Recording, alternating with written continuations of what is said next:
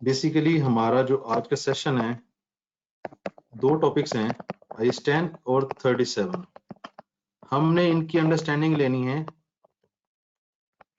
Accounting के point of view से, ताकि हमें ये पता चल सके कि अगर ये स्टैंडर्ड इस तरीके से कह रहा है, अकाउंटिंग में ये होता है, 10 ये कहता है, 37 ये कहता है, तो आपको पता हो कि आपने उस चीज को देखते हुए ऑडिट में उसको किस तरीके से यूज करना है स्पेशली। ठीक है। मतलब अकाउंटिंग के बाद ऑडिट की बात होती है। ऑडिट है क्या? फाइनेंशियल स्टेटमेंट्स को ही चेक करना है ना, as per accounting, as per standard. ठीक है, तो उसके लिए आपको ये चीज आनी चाहिए, तो हम उसी की डिस्कशन करने लगे हैं कि 1037 में क्या क्या है, किस तरीके से, क्या कॉन्सेप्ट्स हैं, क्या लॉजिक से हमने इसको किस तरीके से लेकर चलना है। क्वेश्चन की अगर मैं बात करूं तो दो तरीके हैं। एक तो ये कि आप क्वेश्चन की टैब में उसको टाइप करके भेज सकते हैं। दूसरा ये है कि, बल्कि ये ठीक है, आप यहीं टैब पे ही टाइप करके भेजें, मैं इसको साथ साथ देख लूंगा। जब हम एक एरिया डिस्कस कर लेंगे तो मैं आपसे पूछूंगा कि आपका कोई क्वेश्चन है या नहीं है। स्टार्ट करते हैं। सबसे पहले अगर हम 10 की बात करें तो इसका नाम है events after reporting date. Reporting date मैं किसको कहता हूं? Year and. हर कंपनी का एक साल का इख्तिताम होता है, उस डेट को हम कहते हैं ईयर एंड रिपोर्टिंग डेट, यानी कि ठीक है। उसके बाद अगर कोई इवेंट्स हो रहे हैं, तब मैंने क्या करना है, उसके बारे में कौन सा अकाउंटिंग स्टैंडर्ड मुझे गाइड करता है, क्या अकाउंटिंग ट्रीटमेंट बताता है, उसको मैं देखूंगा। अब ये जो इवेंट होता है, ये होता कब है? रिपोर्टिंग डेट के बाद। और इस इवेंट की बेस पे, अब लेट से कोई सेल हुई है या कोई परचेज हुई है, इसका मतलब है उसकी ट्रांजैक्शन चाहिए ना। अब ट्रांजैक्शन रिपोर्टिंग डेट के, ये रिपोर्टिंग डेट की अगर लाइन है और यहाँ पे ट्रांजैक्शन हुई है, इवेंट हुआ है यहाँ पे, तो हमने देखना है कि ट्रांजैक्शन क्या मैंने यहाँ पे करनी है या वापस आके रिपोर्टिंग डेट में यहाँ पे करनी है। ये मुझे देखना पड़ेगा। ये मुझे कौन बताएगा? ये मुझे बताएगा IAS 10 कि मैंने क्या अकाउंटिंग ट्रीटमेंट करनी है, इसका इसके साथ क्या करना है, और इसके बारे में स्टैंडर्ड क्या कहता है। ये सारी चीजों का जवाब मिलेगा आपको IAS 10 में। इसके ऑब्जेक्टिव की बात करें तो इसका ऑब्जेक्टिव है कि व्हेन एंड व्हाट, दो चीज हमेशा याद रखिएगा। IAS 10 क्या कहता है, उसका ऑब्जेक्टिव क्या है, उसमें हमने क्या चीजें निकालनी है, क्या देखना है। इसमें इसके दो ऑब्जेक्टिव हैं, व्हेन एंड व्हाट।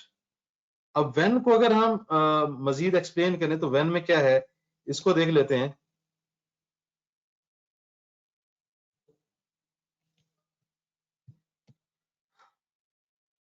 व्हेन ये उस वक्त आएगा जब मैं बात करूंगा एडजस्टमेंट्स की। जो इवेंट हुआ था उसकी जो ट्रांजैक्शन करनी है, उसकी एडजस्टमेंट। अब जब हम बात करते हैं ना एडजस्टमेंट की, हम बात करते हैं जनरल एंट्री की, डबल एंट्री की। अब डबल एंट्री जब होती है तो ये अल्टीमेटली किसी ना किसी जगह पे इनकम स्टेटमेंट में, बैलेंस शीट में जाके डेबिट क्रेडिट होती है। इसका मतलब कि मुझे फाइनेंशियल स्टेटमेंट्स को एडजस्ट करना पड़ेगा। ये आ जाएगा मेरा व्हेन में। व्हाट में क्या आएगा? अगर डिस्क्लोजर है, लेट्स से कि मुझे स्टैंडर्ड, अभी कोई इवेंट है, ट्रांजैक्शन है, कोई इंफॉर्मेशन है, ऐसा कोई इवेंट हुआ है रिपोर्टिंग डेट के बाद। ये रिपोर्टिंग डेट थी, रिपोर्टिंग डेट के बाद इवेंट हुआ यहाँ पे, रिपोर्टिंग डेट से पहले या रिपोर्टिंग डेट के बाद। हम दो काम करते हैं, या उसकी एंट्री करते हैं या उसका डिस्क्लोजर देते हैं। ठीक हो गया। अब हम बात कर रहे हैं सिर्फ इस एरिया की। किस एरिया की? सिर्फ इस एरिया की, कि हमने अगर यहाँ पे कोई इवेंट हो, कोई ट्रांजैक्शन हो, कोई हमारे पास इंफॉर्मेशन ऐसी है जो बहुत ही अहम हो, उसके साथ क्या करना है। या तो हम उसके साथ एंट्री करेंगे, ये व्हेन में फॉल करेगा, भाई कब करनी है। ठीक है। और व्हाट में अगर उसकी एंट्री नहीं करनी और उसकी नेचर डिस्क्लोजर वाली है, तो हम उसका डिस्क्लोजर देंगे। ये IAS 10 का ऑब्जेक्टिव होगा। अब हमें IAS 10 गाइड करेगा कि किस जगह पे हमने व्हेन वाली सिचुएशन लगानी है और किस जगह पे हमने व्हाट वाली सिचुएशन लगानी है।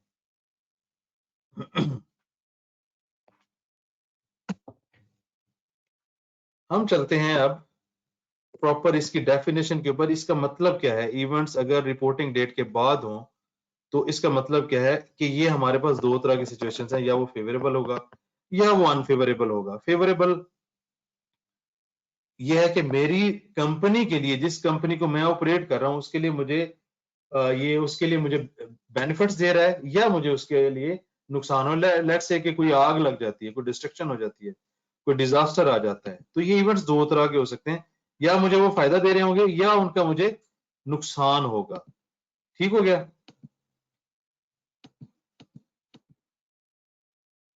अब हमें ये देखना पड़ेगा कि ये इवेंट्स कब से कब तक होते हैं। End of reporting period, reporting period जैसे ही एंड हुआ, और एक ऐसी डेट, कौन सी डेट, जब फाइनेंशियल स्टेटमेंट्स को ऑथराइज किया जाता है कि हाँ इसको इशू कर दो। ठीक है, अब हमने ये बात की इवेंट्स हमारे लिए या फायदेमंद होंगे या नुकसान होंगे। दोनों केसेस में मेरे पास इवेंट्स है, मैंने या उसकी एंट्री करनी है या मैंने उसका डिस्क्लोजर देना है। अब ये एंट्री या डिस्क्लोजर ये दोनों अकाउंटिंग है। अब हमने करनी तो है अकाउंटिंग। अब हम देख रहे हैं कि यार ये इवेंट कौन सा इवेंट है जिसको मैं जो है ना IAS 10 में फॉलो करवाऊंगा। वो है, कहता है कि रिपोर्टिंग डेट जैसे ही खत्म हो उस डेट से लेकर जब फाइनेंशियल स्टेटमेंट्स को ऑथराइज किया जाता है कि हाँ जी इशू कर दो, इन दो डेट्स के दरमियान का इवेंट्स मेरा कौन सा होता है, IAS 10 का इवेंट बन जाता है। फॉर एग्जाम्पल एक कंपनी का साल का जो एंड है वो है 30 जून।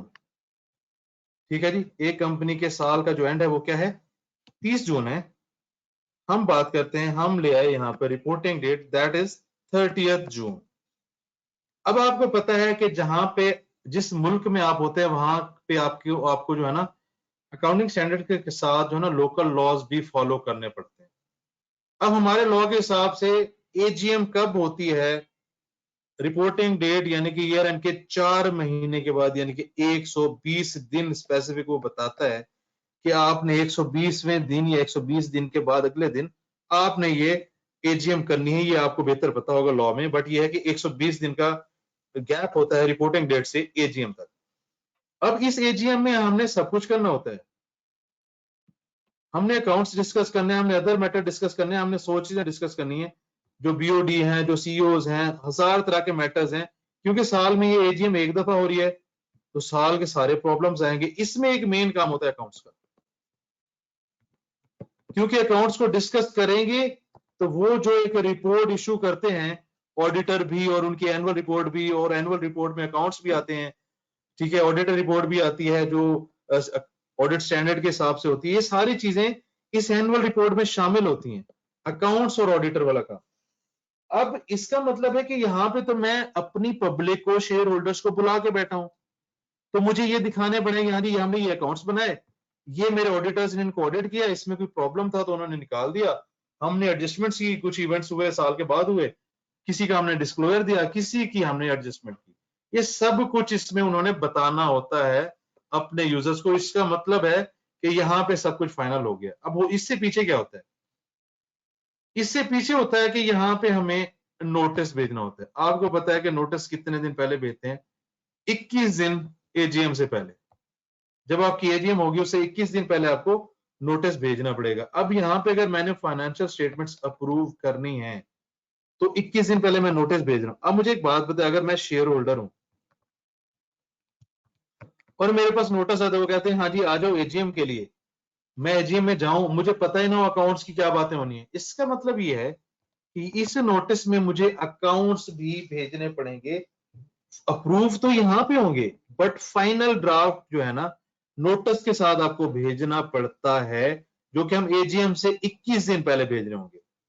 7 अक्टूबर ये डेट्स भी आ रही हैं उस हिसाब से, 30 जून के हिसाब से AGM 28 अक्टूबर को, 7 अक्टूबर को हमने नोटिस भेजना है। अब ये जो नोटिस भेजना है इसमें हमने अकाउंट्स शामिल करके भेजने हैं जो कि ड्राफ्ट अकाउंट्स है।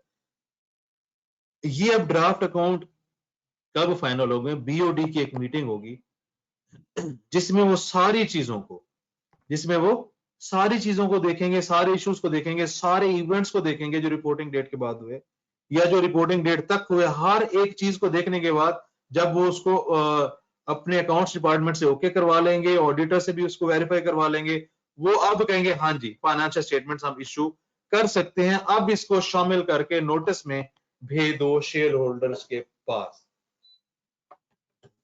इसका मतलब ये हुआ हमें देखना पड़ेगा कि किस एरिए तक के इवेंट्स हमारे इन फाइनेंशियल स्टेटमेंट्स में शामिल हैं जो कि नोटिस में इंक्लूड होके शेयर होल्डर्स के पास जा रहे हैं, ये एरिया। ठीक है, कौन सा एरिया? ये एरिया, इस एरिया में देखें, इस डेट तक, before this date financial statements complete की जाती हैं और ऑथराइजेशन के लिए रेडी की जाती हैं। जब इसको बीओडी ओके कर देता है, फिर हम इसको नोटिस के साथ भेज सकते हैं। इसका मतलब यहां से आगे कहानी आउट हो गई। यहां से कहानी आउट होगी। आउट कैसे होगी कि जो एडजस्टमेंट, जो सारी चीजें होनी थी, वो बीओडी ने और फाइनेंस डिपार्टमेंट ने बैठ के डिस्कस कर ली, सारी चीजें फाइनल हो गई। अब वो इसको नोटिस के साथ भेजने लगे हैं और यही चीजें आगे जाके एजीएम में फाइनल होंगी, एजीएम में डिस्कस होंगी, दिखाई जाएंगी, क्योंकि इस नोटिस में हमने फाइनल ड्राफ्ट भेजना होता है कि भाई ये चीज है, ताकि शेयर होल्डर्स एजीएम में आने से पहले उसको पढ़ के। अब हमने देखना है कि किस टाइम स्पैन में इवेंट्स हुए जिसको हमने अकाउंट फॉर करना होता है। अब मुझे आपसे एक सवाल है, जितने लोग हैं, क्या अगर मैं ऑथराइज कर देता हूं इश्यूएंस के लिए, सर इसकी पीडीएफ व्हाट्सएप कर दें प्लीज यार, ये सेशन के बाद मैं भेज दूंगा सर उसामा को, वो फिर आप लोगों के साथ शेयर कर देंगे। ये सारी जो है ना 1037 की सारी स्लाइड्स आपको मिल जाएंगी। अच्छा, अब मेरा सवाल है कि अगर बीओडी ने ऑथराइज फॉर इशू कर दिया है, उसके बाद अगर मेरे पास कोई इवेंट्स आता है तो उसके साथ मैं क्या करूंगा? आपसे सवाल है, ये बताएं जरा मुझे।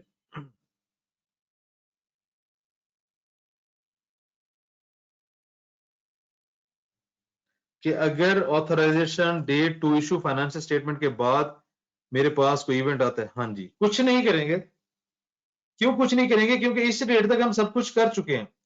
Revise financial statements, next AGM. जी जी, वो तो ठीक है यार, अभी हम इसी साल की बात कर रहे हैं। देखो वो नेक्स्ट ईयर में तो जाएगा, वो तो डेफिनेट सी बात है। मैं आपको थोड़ा सा यहाँ पे और क्लियर कर दूं,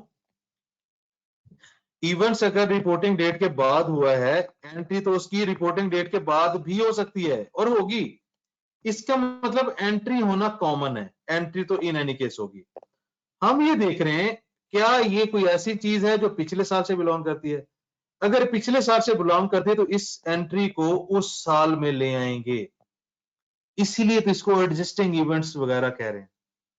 अदरवाइज जिस डेट पे ट्रांजैक्शन हुई है वो साल के अगले साल खत्म होने के अगले दिन बाद हो जाए, उसकी अगले साल के पहले महीने में पहली तारीख को एंट्री हो जाएगी और वो अगली एजीएम में डिस्कस होगी, बिल्कुल होगी। इसका मतलब एंट्री, या अगर उसका कोई डिस्क्लोजर है, ये तो इन एनी केस होना होना है। हम ये बात कर रहे हैं कि भाई क्या इसने ईयर एंड के बाद अगले साल में होना है, या इस ईयर एंड से पहले वाला जो साल खत्म हुआ है, जिसका अभी अभी ईयर एंड हुआ है, क्या हमने इस ट्रांजेक्शन या इवेंट को वहां पर लेकर जाना है? हमारी सारी कहानी सिर्फ इस पे बेस कर रही है। ठीक हो गया? थोड़ा सा आगे चलते हैं। अब हमें पता चल गया कि ये एरिया है कौन सा, रिपोर्टिंग डेट से लेकर ऐसी डेट जिसमें बीओडी ऑथराइज कर देते हैं कि हाँ जी इशू कर दो फाइनेंशियल स्टेटमेंट। इसमें अगर कोई इवेंट अकर होगा, उसको मैं कहूंगा ये इवेंट्स आफ्टर रिपोर्टिंग डेट है, और इसको मैं देखूंगा एज पर IAS 10। IAS 10 मुझे बताएगा, क्योंकि ये जो सारी कहानी हमने देखी, हमने सिर्फ इसलिए देखी कि भाई IAS 10 में क्या आता है। जब हमें पता चल गया कि भाई ये एरिया है जो IAS 10 में आता है, अब मैं देखूंगा कि IAS 10 इस एरिया में जितनी चीजों को ला रहा है, उसमें हमें क्या सजेस्ट करता है कि इन चीजों के साथ आपने क्या क्या करना है। कहानी को आगे बढ़ाते हैं।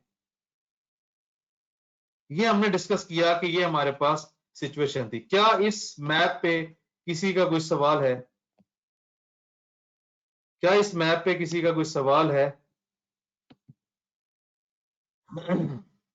इस मैप पे किसी का कोई सवाल है? चल आगे चलते हैं। अब मुझे IAS 10 ने बताया कि भाई आपके पास एरिया आइडेंटिफाई हो गया, ये वाला, ठीक है, एरिया आइडेंटिफाई हो गया आपका ये वाला। इसमें जो इवेंट होगा उसको मैं कहता हूं कि IAS 10 में आएगा, और मैं IAS 10 हूं। मैं आपको बता रहा हूं इवेंट्स दो तरह के होंगे। एक इवेंट ऐसा होगा जो एडजस्टिंग है, दूसरा इवेंट ऐसा होगा जो नॉन एडजस्टिंग है। यानी कि IAS 10 ने हमें कहानी में दो चीजें बताई कि या तो उस इवेंट को हम एडजस्ट करेंगे या नॉन एडजस्टिंग। एडजस्ट से ये मुराद है ये जो रिपोर्टिंग डेट से पीछे की फाइनेंशियल स्टेटमेंट्स अकाउंट है, ये एडजस्टमेंट इन फाइनेंशियल स्टेटमेंट्स में जाके करनी है। अदरवाइज अगर मैंने अगले रिपोर्टिंग डेट खत्म हुआ, जुलाई में एक एंट्री ट्रांजैक्शन हुई, मैंने जुलाई में उसकी एंट्री कर दी, एंट्री तो ये भी हो गई। मैं बात कर रहा हूं क्या इस एंट्री ने पिछले साल में जाके एडजस्ट होना है या इसने अगले साल में रहना है। उसके लिए हम समझ रहे हैं IS10 को। IS10 कहता है कि भाई इस इवेंट में दो तरह की सिचुएशन हो सकती है, या तो मैं एडजस्ट करूंगा पिछले साल में जिसकी अभी मैं अकाउंट्स लेकर बैठा हुआ हूं, या मैं इसको एडजस्ट नहीं करूंगा। उसने दो तरह के इवेंट्स बता दिए, एक है एडजस्टिंग, एक है नॉन एडजस्टिंग। आगे चलते हैं, अब हम इस कहानी को थोड़ा थोड़ा आगे लेकर चलें। एडजस्टिंग इवेंट क्या होता है? ऐसा इवेंट जिसकी कंडीशन जब साल खत्म हुआ था तो मुझे मालूम थी। जैसे एक सबसे छोटी और मेन और सिंपल एग्जांपल जो हर बंदे को पता होती है, अगर आपकी कंपनी का कोई लीगल केस चल रहा हो कोर्ट में और वो साल से पहले चल रहा है और उसका साल के बाद डिसीजन आता है, तो मैं इसको कहूंगा इसकी कंडीशंस जब मेरा पिछला साल खत्म हुआ तो उसकी रिपोर्टिंग डेट तक एग्जिस्ट कर रही थी। इसको कहते हैं कंडीशन एग्जिस्ट करना। इसको क्या कहते हैं? कंडीशंस एग्जिस्ट करना। नॉन एडजस्टिंग में कंडीशंस ही रिपोर्टिंग डेट के बाद है, जो कुछ हुआ रिपोर्टिंग डेट के बाद हुआ। चलें, करना क्या है फिर इनका? अकाउंटिंग क्या करनी है इनकी? इस केस में हमेशा हमने इसकी जर्नल एंट्री करनी होगी, और इस जर्नल एंट्री को हमने क्या करना होगा? डबल एंट्री को फाइनेंशियल स्टेटमेंट में जाके एडजस्ट करना है। लेट्स से एक चीज होगी डेबिट और दूसरी चीज होगी क्रेडिट, जो भी एडजस्टमेंट थी। अब ये डेबिट या क्रेडिट फाइनेंशियल स्टेटमेंट्स में जहां पे जाता है वहां पे जाके हमें इसको अकाउंट फॉर करना पड़ेगा। इस चीज को मैं कह रहा हूं कि दिस इज एडजस्टिंग इवेंट, क्योंकि इस इवेंट को मैं फाइनेंशियल स्टेटमेंट्स में जाके एडजस्ट कर रहा हूं। अब ये तो हो गया एडजस्टिंग। फिर नॉन एडजस्टिंग क्या है? नॉन एडजस्टिंग में दो तरह के सिनेरियो, अगर तो वो बहुत ही अहम बात है, ठीक है, बहुत ही अहम बात है, या वो बिल्कुल ही गैर जरूरी बात है। बिल्कुल गैर जरूरी बात को तो हम इग्नोर कर देंगे, बट इसमें जनरल एंट्री तो नहीं होगी, क्योंकि एडजस्टिंग का मतलब भी हम ये ले रहे हैं कि भाई उसकी जो एंट्री होगी उसको जाके फाइनेंशियल स्टेटमेंट में एडजस्ट करना है।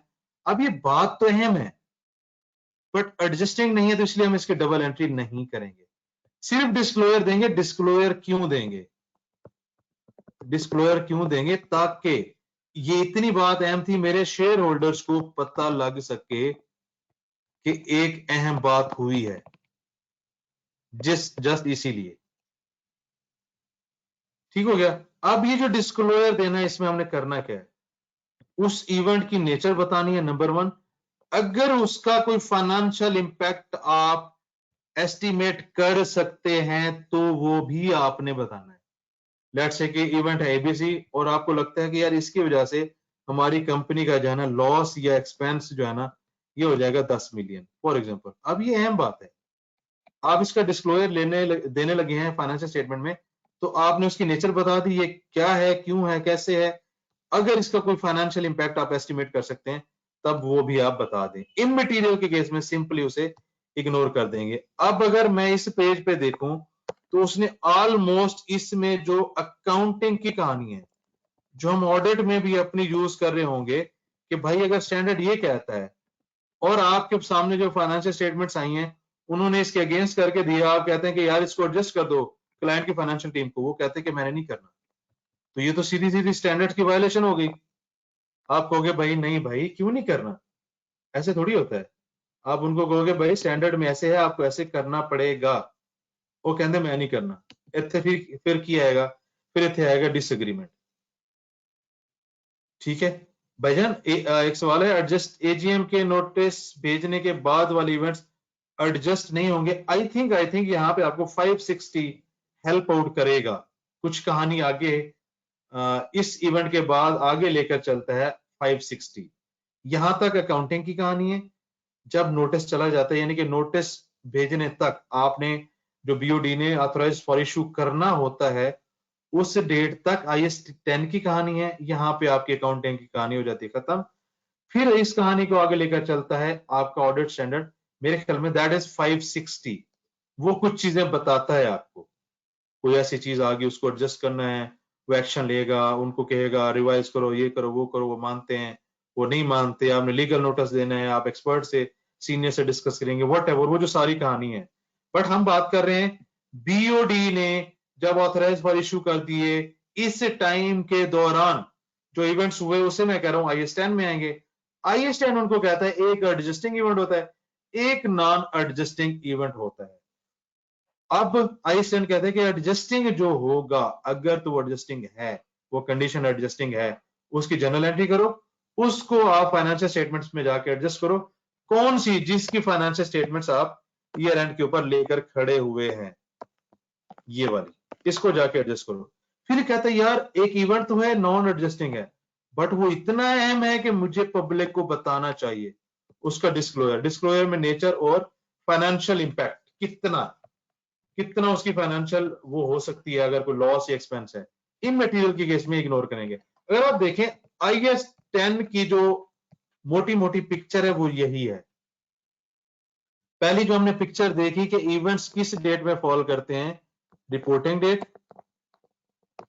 और ये जो बीओडी इशू करता है, authorize to issue financial statement करता है, इस डेट के दौरान ये वाले इवेंट्स हैं। तो मोटी मोटी पिक्चर अगर आप याद रखें, ऑडिट के पॉइंट ऑफ व्यू से, अकाउंटिंग के पॉइंट ऑफ व्यू से, ओपिनियन को मॉडिफाई करने के लिए अगर आपको जो सब्सटेंटिव प्रोसीजर लिखने पड़ सकते हैं, ठीक है, इस तरह की चीजें करने के लिए आपके सामने ये बेस्ट पिक्चर है। आप इसकी तस्वीर भी ले सकते हैं।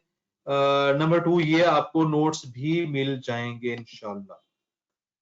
सर उसामा से आपको ये नोट्स मिलेंगे PDF के फॉर्म में।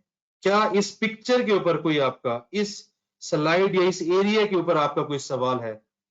अगर नहीं तो कहानी को आगे बढ़ाते हैं।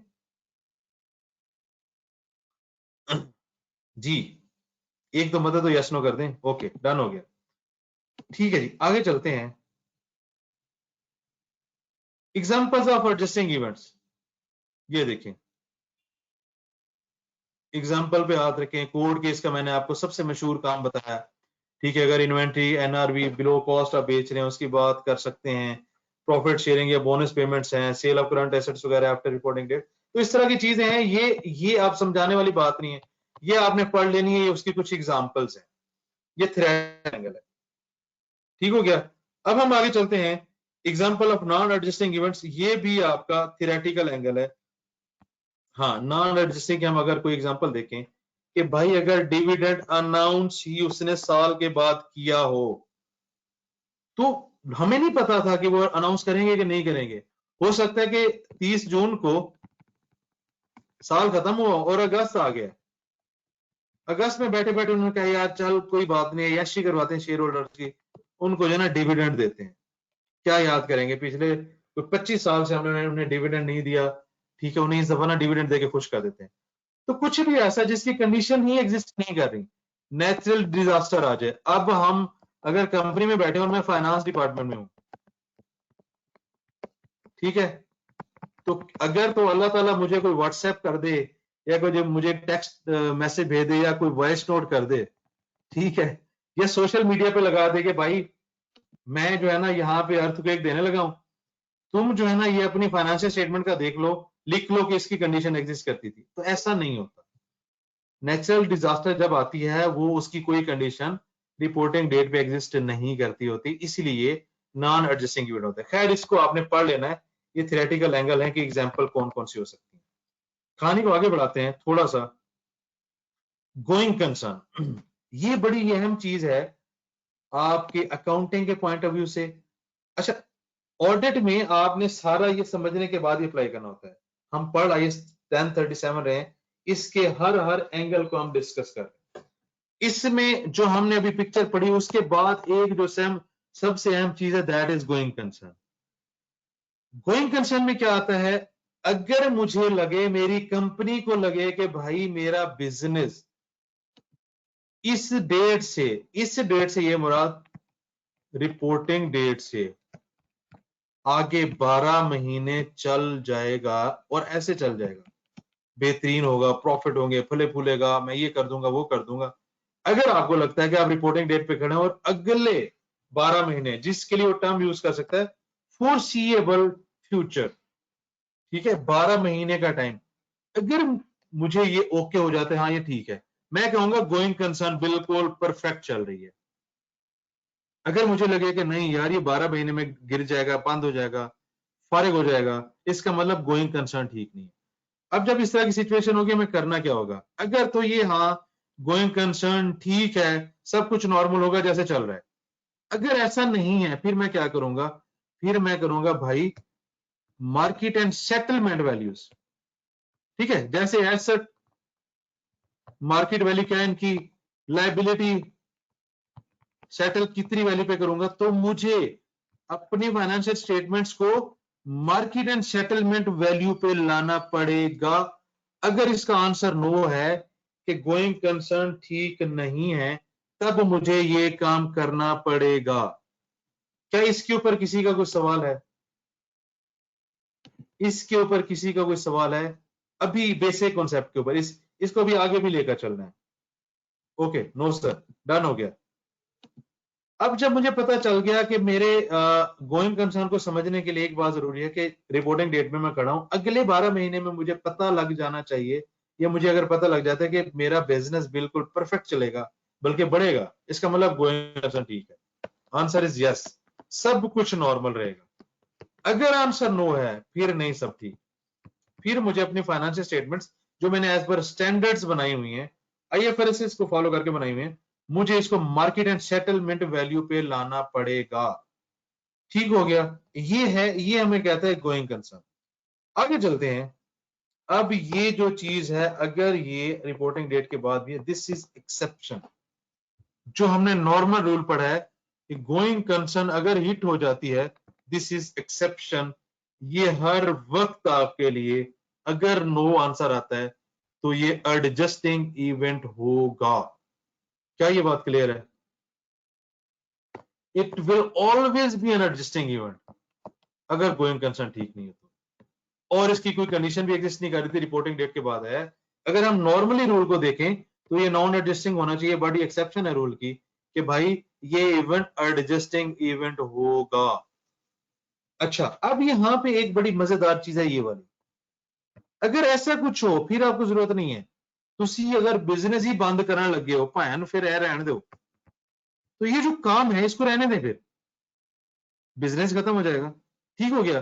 तो अगर ऐसी कोई इंटेंशन हो मैनेजमेंट की, फिर इसको करने की जरूरत ही नहीं है, फिर मुझे ये सारा ही खत्म करना है, तो इसको रहने देना है। ये भी आपने ध्यान में रखनी है। अगर वो आपको पेपर में ऐसे फंसाता है, घुमाता है, तो ये चीज भी आपको पता हो। जी, फेयर वैल्यू पे रिकॉर्ड होगा भाईजान। फेयर वैल्यू की जो डेफिनेशन वो यही है कि करंटली मार्केट में उसकी वैल्यू क्या है, that is called fair value. ठीक हो गया। अच्छा, आगे चलते हैं। कुछ केस स्टडीज हैं, जैसे अर्थक्वेक।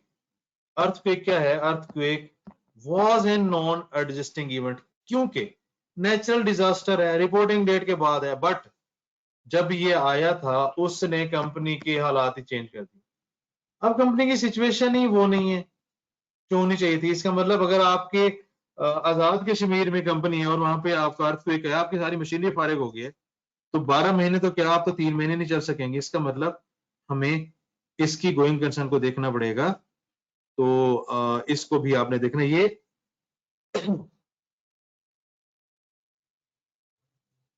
डन हो गया। ये भी हमारा आ जाएगा सेटलमेंट वैल्यू पे करना है। जो सबसे अहम है वो ये है, corona virus pandemic. I stand में करंट पेंडेमिक तो नॉन एडजस्टिंग इवेंट है। लेट्स से मेरा अगर साल का एंड ही 31 दिसंबर 2018 होता, पेंडेमिक कब स्टार्ट हुआ है? अच्छा सॉरी, 19 के बाद ये स्टार्ट हुआ है। अब मुझे एक बात बताएं, क्या वायरस ने आके सारे बिजनेस बंद किए? नहीं, कुछ स्टेप्स लिए गवर्नमेंट ने जिसकी वजह से आपके बिजनेस क्लोज हो गए। ठीक हो गया। अब आपके बिजनेस क्लोज हो गया, अब आपने देखना है यार इस सिचुएशन में क्या मैं अपना बिजनेस 12 महीने चला सकता हूं?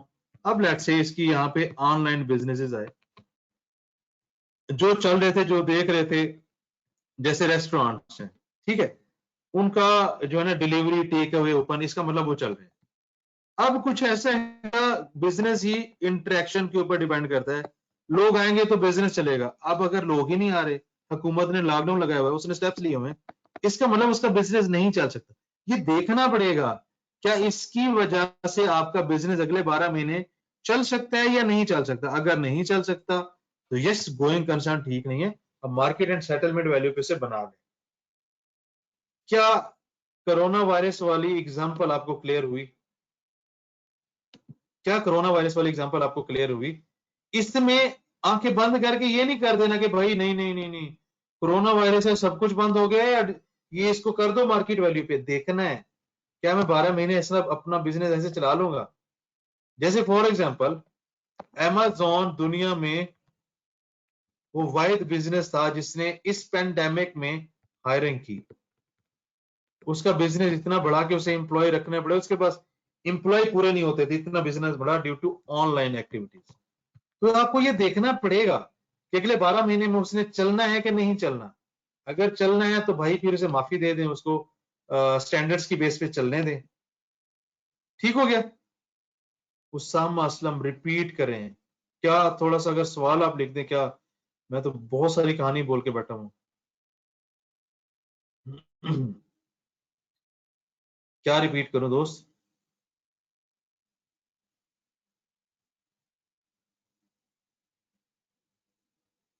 चलें, सब सवाल आएगा तो देख लेंगे।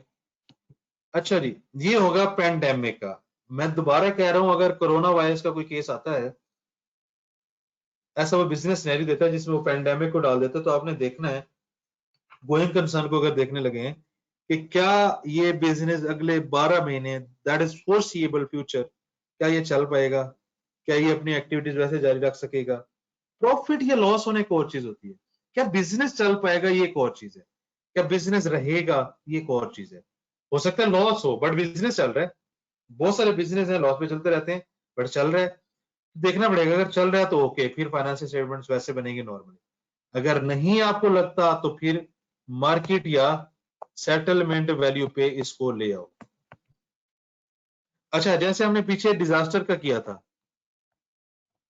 उसमें भी आपने ये देखना, हो सकता है आपका वहां पे कोई सिर्फ एक यूनिट हो जहां पे ये जो है ना अर्थक्वेक है।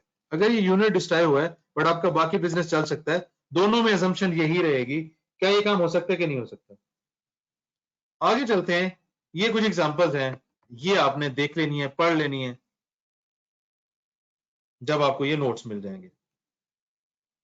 कोर्ट केस की हमने बात की, अगर आप लोग ये इस एग्जांपल को पढ़ो कि कंपनी कोर्ट केस में इन्वॉल्व है 2019 में, और मिस्टर खान है उसने आपको जो है ना आप पे केस कर दिया कि भाई मुझे 1,50,000 दो।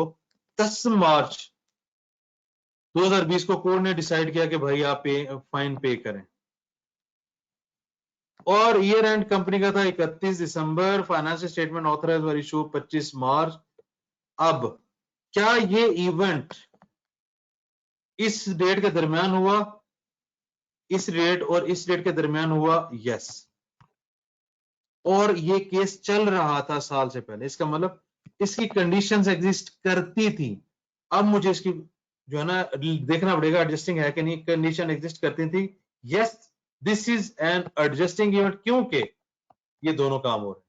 तो हमें इससे अपनी फाइनेंशियल स्टेटमेंट को एडजस्ट करना पड़ेगा। ठीक हो गया?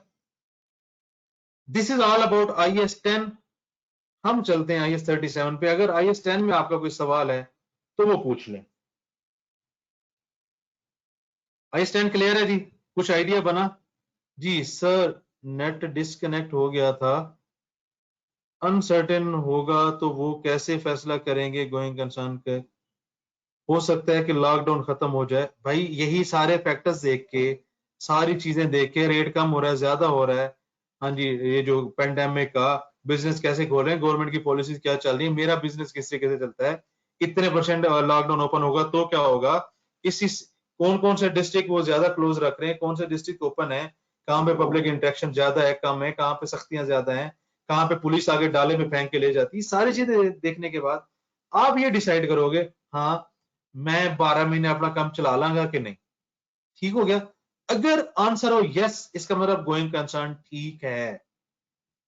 अच्छा जी, अगला सवाल है एडजस्टिंग इवेंट का फाइनेंशियल इंपैक्ट अगर मेजरेबल ना हो फिर।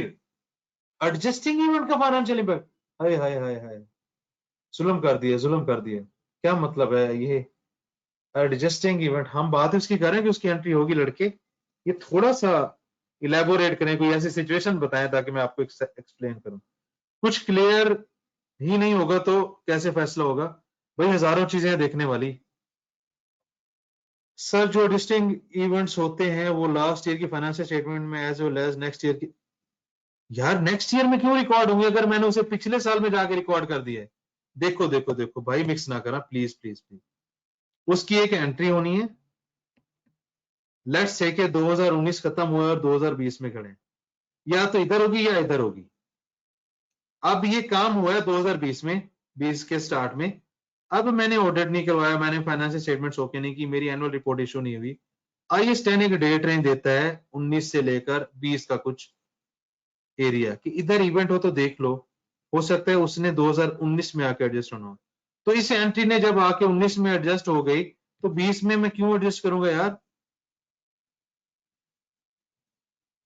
ठीक हो गया? अच्छा जी, अब ठीक है, ओके गुड हो गया। चलें अब आगे चलते हैं, आगे चलते हैं। अब हम स्टार्ट करने लगे हैं IAS 37 की गेम। IAS 37 को स्टार्ट कर, IAS 37 में अगर आप देखो provision, contingent liability and contingent assets, इन तीन चीजों को हम डिस्कस करेंगे वन बाय वन। IAS 37 की अगर बात करें, इसमें वो कहता है, क्या कहता है, रिकग्नाइज एंड मेजर। रिकग्नाइज का मतलब हमेशा याद रखिएगा कि ये होना चाहिए, मेजरमेंट किस वैल्यू पे होना चाहिए। ये दो चीजें अलग अलग होती हैं। क्या ये दोनों काम किसके लिए होने चाहिए?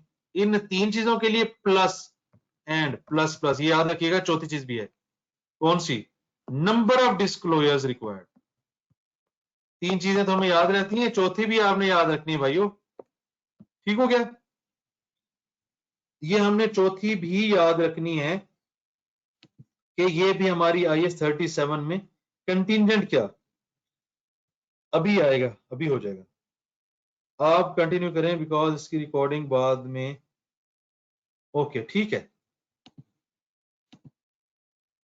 अच्छा जी, चार चीजें, यानी कि मैं जब 37 की बात करूंगा, ये हमें पता है प्रोविजन होती है, कंटिंजेंट लायबिलिटी, कंटिंजेंट एसेट। यार इस वर्ड का मतलब है उसामा भाई कि कुछ ऐसा होगा जिसकी बेस पे मैं ये काम करूंगा।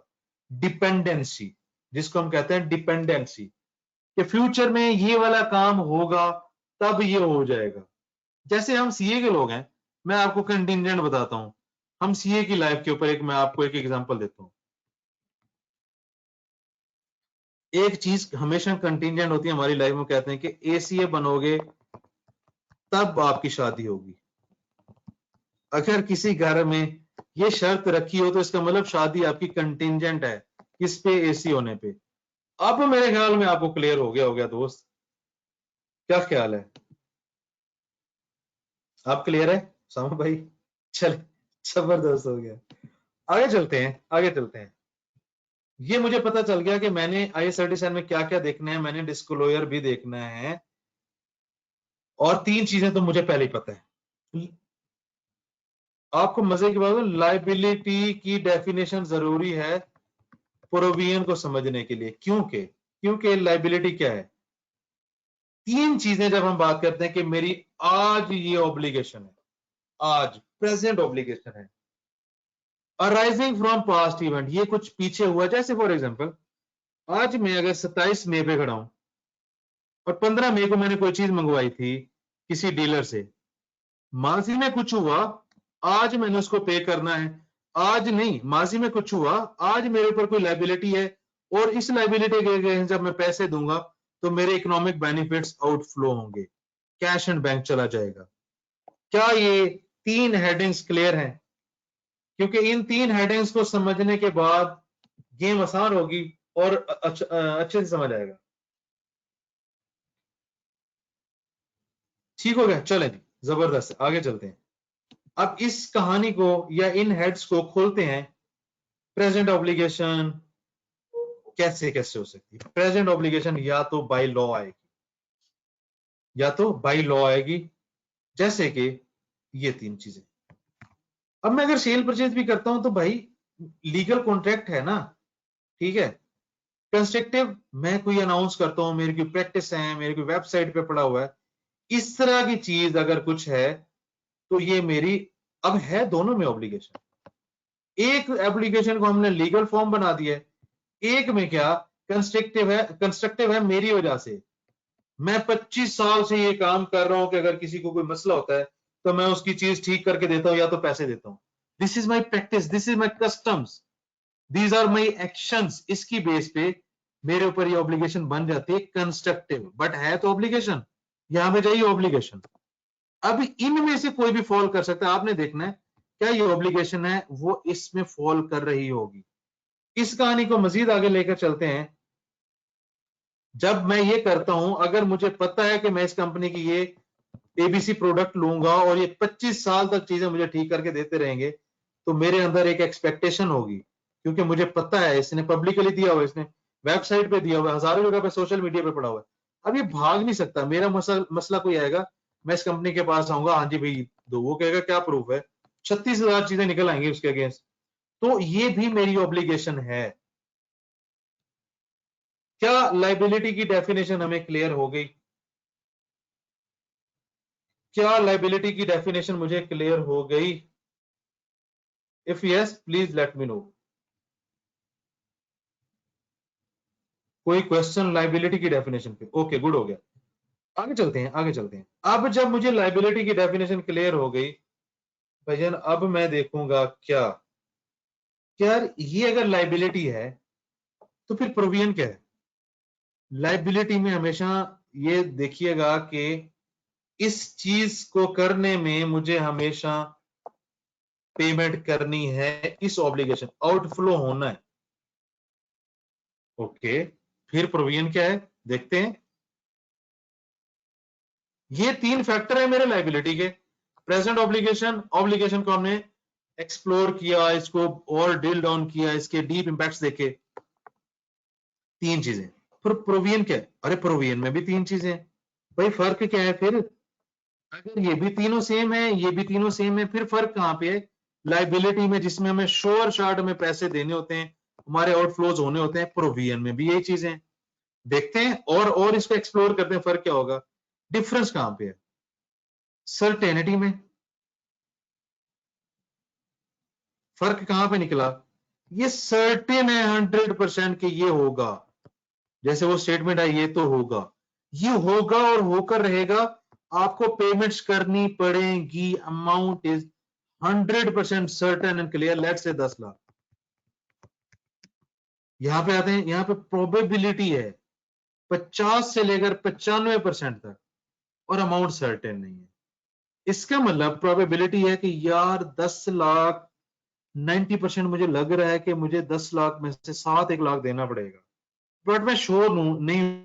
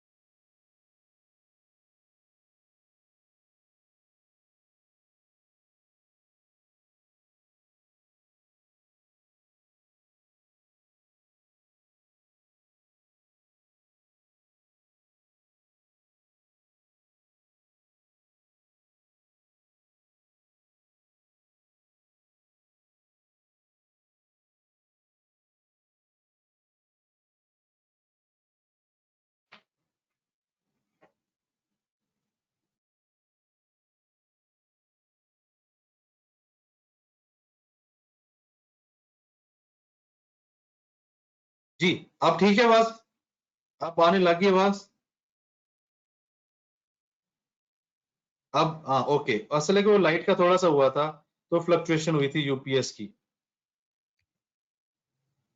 अब हम आते हैं कहां पे, यहां पे हम पहुंचे थे कि लाइबिलिटी के केस में तो मुझे 100% यकीन है कि मुझे कितनी पेमेंट करनी है, यकीन भी है और मुझे पेमेंट का पता भी है। यहाँ पे यकीन भी नहीं है, पेमेंट का पता भी नहीं है, बट प्रोबेबिलिटी की परसेंटेज ये आपने याद रखना है, मोर देन 50% टू 95%, और अमाउंट का पता नहीं है। इसका मतलब मुझे इसको एस्टिमेट करना पड़ेगा कि यार 10 लाख में से मुझे लग रहा है 70% मुझे पे करना पड़ेगा, दैट इज 7 लाख। ये मैं एस्टिमेट कर रहा हूं।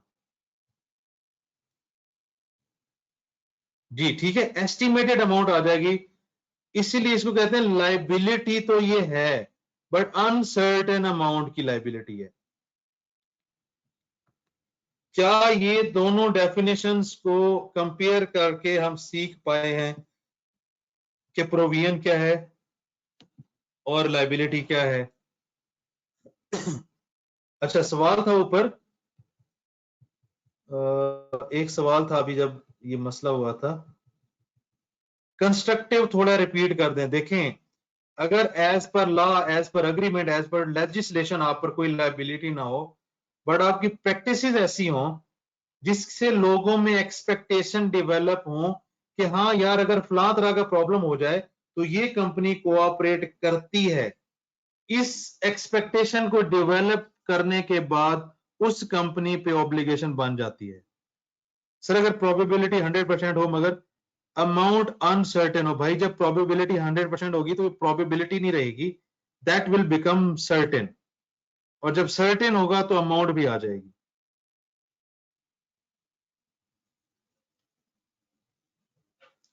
ठीक है जी, और कोई सवाल यहां पे? जी जी सवाल पूछें।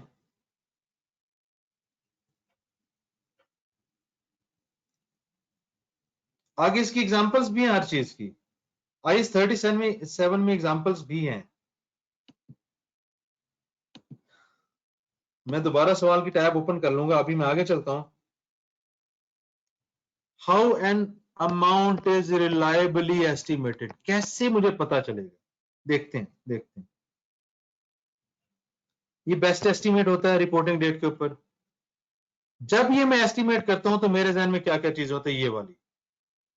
अगर मेरा पास्ट एक्सपीरियंस, अगर मेरा बिजनेस 1 से लेकर 25-30 साल तक सेट हुआ पड़ा है, तो मुझे पता होता है, जैसे बुजुर्ग बच्चों को कहते हैं ना, पुत्र ऐ तू करे ना तो नुकसान होना छड़ दे, वो कहता बुजुर्गो तो की पता, कहता पुत्र मैंने पता है। तो होता क्या है, अब एक बंदा ये बुजुर्ग है जिसने 25 साल अपने बिजनेस में लगाए, उसे पता है यार इस तरह की सिचुएशन में यही होता है, हम ये करते हैं, ये मेरे पर लॉ अप्लाई होता है, ये मेरी लेजिस्लेशन वाली ऑब्लिगेशन है, ये मेरी कंस्ट्रक्टिव है, मुझे पता है, तो मैं एस्टिमेट कर सकता हूं प्रीवियस एक्सपीरियंस की बेस पे। इस प्रीवियस में सिमिलर ट्रांजैक्शन हुई थी, या मैंने एक्सपर्ट रखे हुए, मैंने अपना डिपार्टमेंट बनाया हुआ, इसका मतलब मैं अपनी अमाउंट एस्टिमेट कर सकता हूं। ठीक हो गया जी?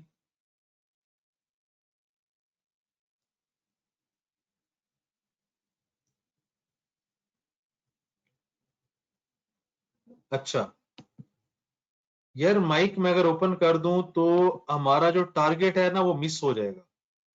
जो हमने 3 से 5 का टारगेट रखा हुआ है उसमें अगर सिलेबस पहले खत्म हो जाता है, फिर हम ट्राई करेंगे कि जिन्होंने माइक पे बात करनी उनको ओपन कर देंगे, बट अभी हमें टारगेट पे फोकस करना चाहिए, हम डी ट्रैक हो जाएंगे। आप अपने क्वेश्चन टाइप करके भेजें, मैं आपके हर क्वेश्चन का आंसर कर रहा हूं, जिस जिसका क्वेश्चन आ रहा है। आएगा, सब आएगा, amount can not be live, वो आएगा सब। एक एक मिनट रुक जाएं, थोड़ा सा मेरे साथ चलें। जब आपके ये 37 के सिनेरियो, अभी हमने बात की है भाईजान प्रोविजन की, अभी कहानी आगे है, प्रोविजन खत्म नहीं हुई, अभी रुकें, सब हो जाएगा। ये मैं एस्टिमेट करता हूं इन तरीकों से, मेरे पास बहुत सारा एक्सपीरियंस है 25-30 साल का, 5 साल 10 साल, ठीक है। ये इसी तरह की कोई ट्रांजेक्शन होती रहती हैं, या मेरे पास कोई एक्सपर्ट्स अवेलेबल है। Can the obligation be avoided by some future actions? अगर ऐसा है कि मैं मुस्तकबिल में कुछ ऐसा करूं जिससे मैं अपनी लाइबिलिटी को खत्म कर सकूं, if the answer is yes, मैं प्रोविजन बुक नहीं करूंगा। If the answer is no, मैं प्रोविजन बुक करूंगा। ठीक है, अब उसकी एग्जांपल देखते हैं, ज्यादा क्लियर होगा एग्जांपल से। अगर मुझे ट्रेनिंग चाहिए अपने टैक्स डिपार्टमेंट के लिए, अगर हम एक ऑडिट फॉर्म चलाते हैं, वहां पे मेरे पास एक टैक्स डिपार्टमेंट है, अगर मैंने ट्रेनिंग दिलवानी है अपने एम्प्लॉयज को कि वो ट्रेनिंग हासिल करें और जो लॉ के जो केसेस हैं, in case of law changes, law के केसेस हैं, उसमें लेट्स से कि मेरे पास कोई नया स्टाफ आया है, जैसे एफपीआर में जाके आपने अपने फॉर्म अपने क्लाइंट को रिप्रेजेंट करना होता है, उसकी चीजों के लिए कोई प्रैक्टिस हो सकती है, लॉ में बहुत ज्यादा चेंजेस आ जाए, ये चेंजेस है, एन इसमें गायब हुआ पड़ा है, वो टाइप कर लेंगे। अगर लॉ में बहुत सारे चेंजेस आ जाएं और आपके डिपार्टमेंट को ट्रेनिंग की जरूरत पड़े, क्या मैं मुस्तकबिल में इसको अवॉइड करके जो मेरी इसके ऊपर ऑब्लिगेशन बननी थी अवॉइड कर सकता हूं? अगर आंसर है यस, इसका मतलब इसको मैं अवॉइड कर सकता हूं कि मैं डिपार्टमेंट ही बंद कर दूं। कुछ ना कुछ हो सकता है ना यहां पे। अगर नहीं कर सकता तो फिर मुझे प्रोविजन रिकॉर्ड करनी पड़ेगी, तो मुझे प्रोविजन रिकॉर्ड करनी पड़ेगी। क्या ये बात समझ आ गई? क्या ये बात समझ आ गई? थोड़ा सा आपका हाँ ना चाहिए होता है, एक एटलीस्ट यस नो, एक एटलीस्ट यस नो। क्या ये बात समझ आ गई? Yes, okay.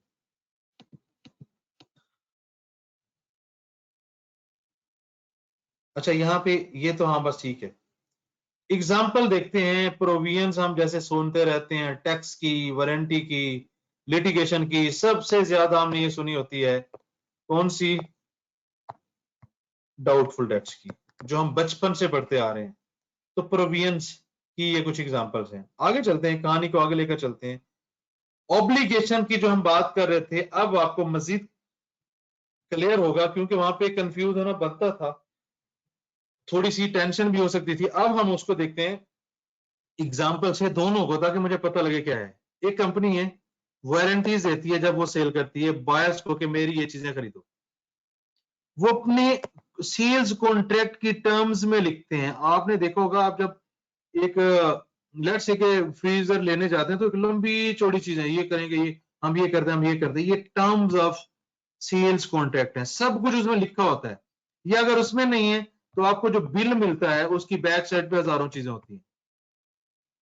इस तरह की आपने चीजें देखी होगी, उसमें बहुत सारी डिटेल होती है। उनकी टर्म्स में ये था कि अगर कोई मैन्युफैक्चरिंग का डिफेक्ट आता है 1 साल के अंदर अंदर, सेल डेट से 1 साल के अंदर अंदर, तो वो उसको ठीक करके देते हैं। कंपनी ने 50,000 आइटम बेचे, एक आइटम 100 का है, उनका एस्टिमेट है कि 10% ये फॉल्टी होंगी, उनका ये। अब ये कॉन्ट्रैक्ट है, ये कौन सी लेजिस्लेशन है, ये मुझे बताएंगे आप। ये ऑब्लिगेशन कौन सी है, ये मुझे बताएंगे आप। कौन सी ऑब्लिगेशन है जी ये? लेजिस्लेटिव या कंस्ट्रक्टिव? लीगल, ओके, जबरदस्त हो गया। चलते हैं आगे इस पे। मेरे पास थी कितने? 50,000 को मैंने 100 से, यानी कि मैंने 5 मिलियन की सेल की। 5 मिलियन की सेल्स के ऊपर मेरा एस्टिमेट है कि इस तरह की सिचुएशन में, एस्टिमेट मैंने बताया कैसे आता है, एक्सपीरियंस, सिमिलर ट्रांजैक्शंस, एक्सपर्ट्स, इस तरह की चीजों से मैं एस्टिमेट कर सकता हूं। अगर उसने एस्टिमेट दिया है तो इसके पीछे वर्किंग होगी, बेसिस होंगी। ऐसे नहीं है कि उसने कैसे दे दिया है, तो वर्किंग या बेसिस होती हैं। अब उसने कहा कि 10%, तो मैं 5 मिलियन का 10% करूंगा तो कितना बनेगा? 50,000, ये 5 लाख, 5 लाख बनेगा। 10% कितना बनेगा जी? 5 मिलियन का 10% कितना बनेगा? कैलकुलेटर है थोड़े को? कर लो, एक सिफर उड़ा दो। हाँ जी, एक सिफर उड़ा दें। ठीक है, अब जब मेरे पास ये एस्टिमेटेड अमाउंट आ गई, आप मुझे बताएं क्या प्रोविजन वाली डेफिनेशन हुई कि अराउंड 95% ये प्रोबेबिलिटी है कि 10% अमाउंट, ये 10% एस्टिमेशन है। अब मैं इसकी प्रोविजन रिकॉर्ड करूंगा, ये लीगल ऑब्लिगेशन है और ये सारे उसकी रीजनिंग है। ये तो आए होगी एक सिंपल चीज लीगल ऑब्लिगेशन की। अब मैं आता हूं कंस्ट्रक्टिव पे। ये मेरी डेफिनेशन एग्जांपल है। यहां पे सवाल था उस भाई का, अब मेरे पास वाइडली पब्लिश्ड पॉलिसीज हैं। पब्लिश्ड पॉलिसीज का मतलब मेरी वेबसाइट पे हैं, दुनिया को अवेलेबल है, मेरी नॉर्मल प्रैक्टिस सबको पता है, पब्लिक को। अगर किसी की लेट्स से कि मैं जी एसी बेचता हूं फॉर एग्जांपल, अगर किसी को पता है कि यार साल के अंदर इसमें कोई भी मसला हो तो मैं नया एसी देता हूं, अगर ये पॉलिसी दुनिया को, ये प्रैक्टिस दुनिया को पता है, पब्लिक को पता है, तो भाई ये क्या है, ये मेरी कंस्ट्रक्टिव ऑब्लिगेशन बनाती है।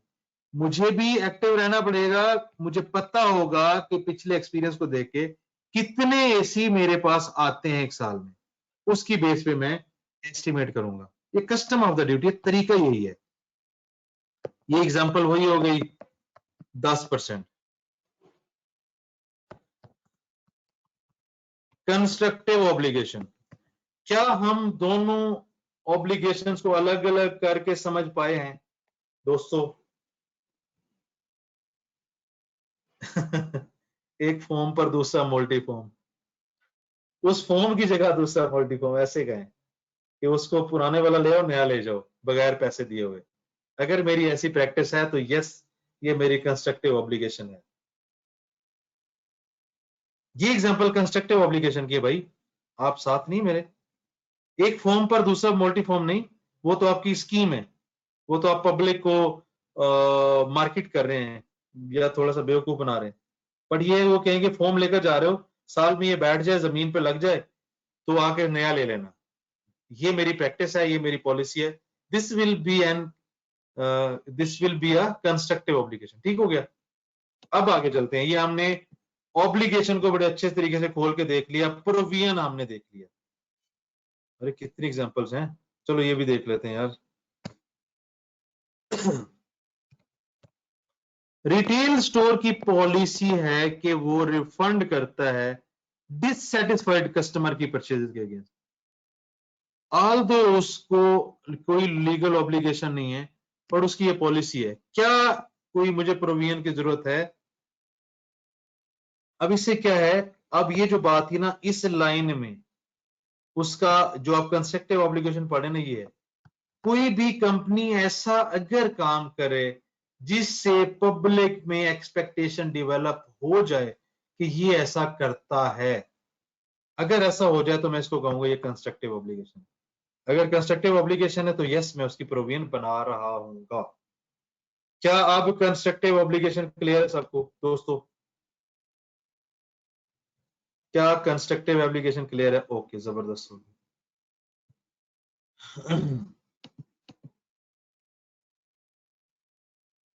आगे चलते हैं।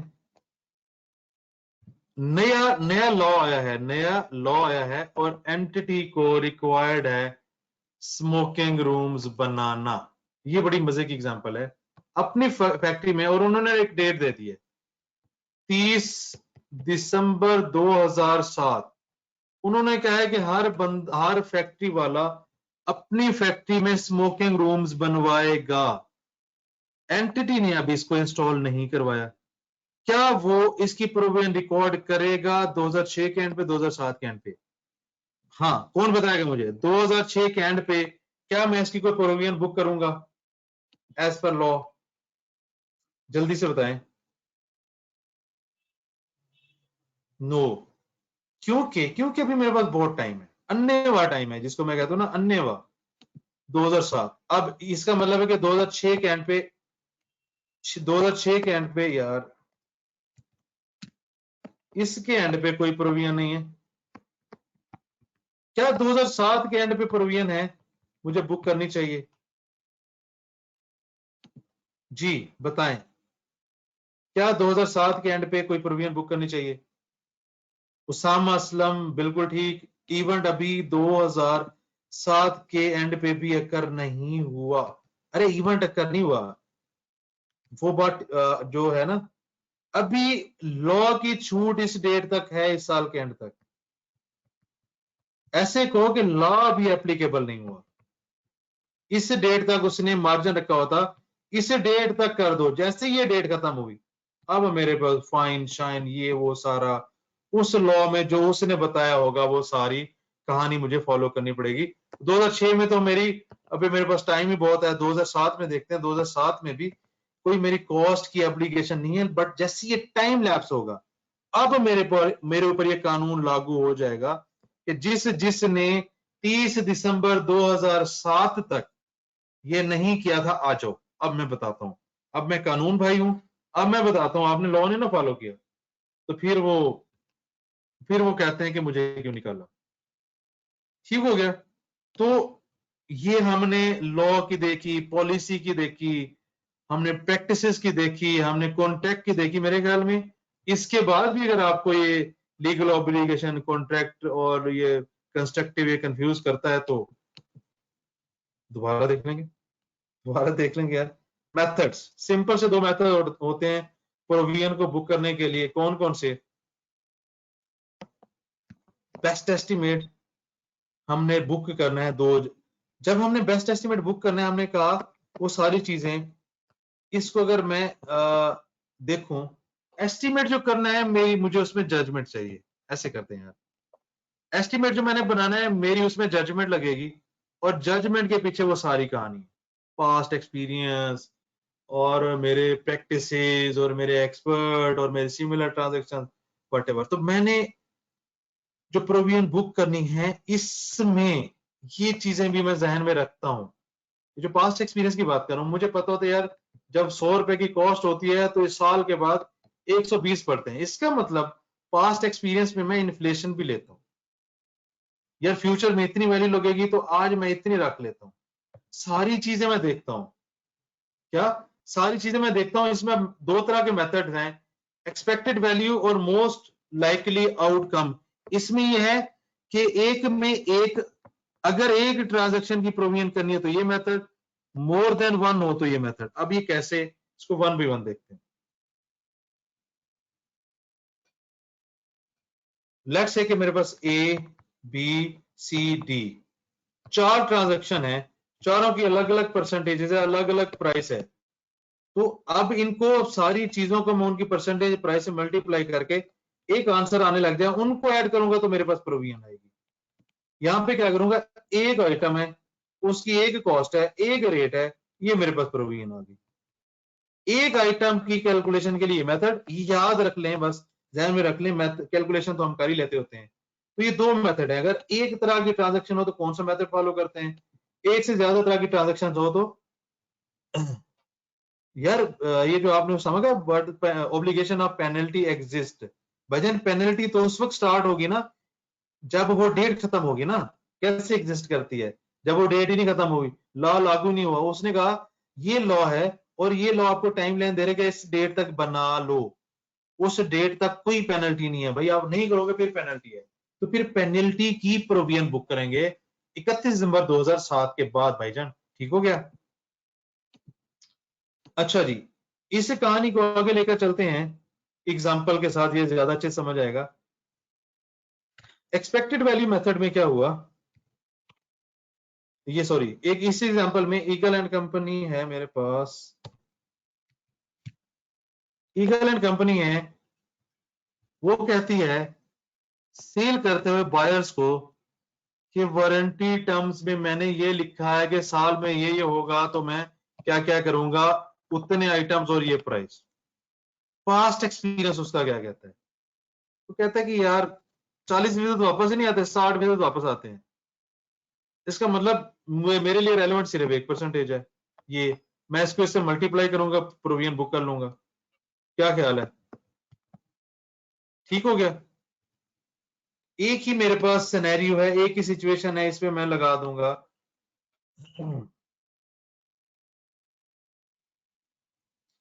भाईजान उसने कहा था 2017 के एंड तक इंस्टॉल करो, 31 दिसंबर 2017 तक आपको टाइम है, इंस्टॉल करो। उस तक नहीं करोगे तो मैं फाइन लगाऊंगा।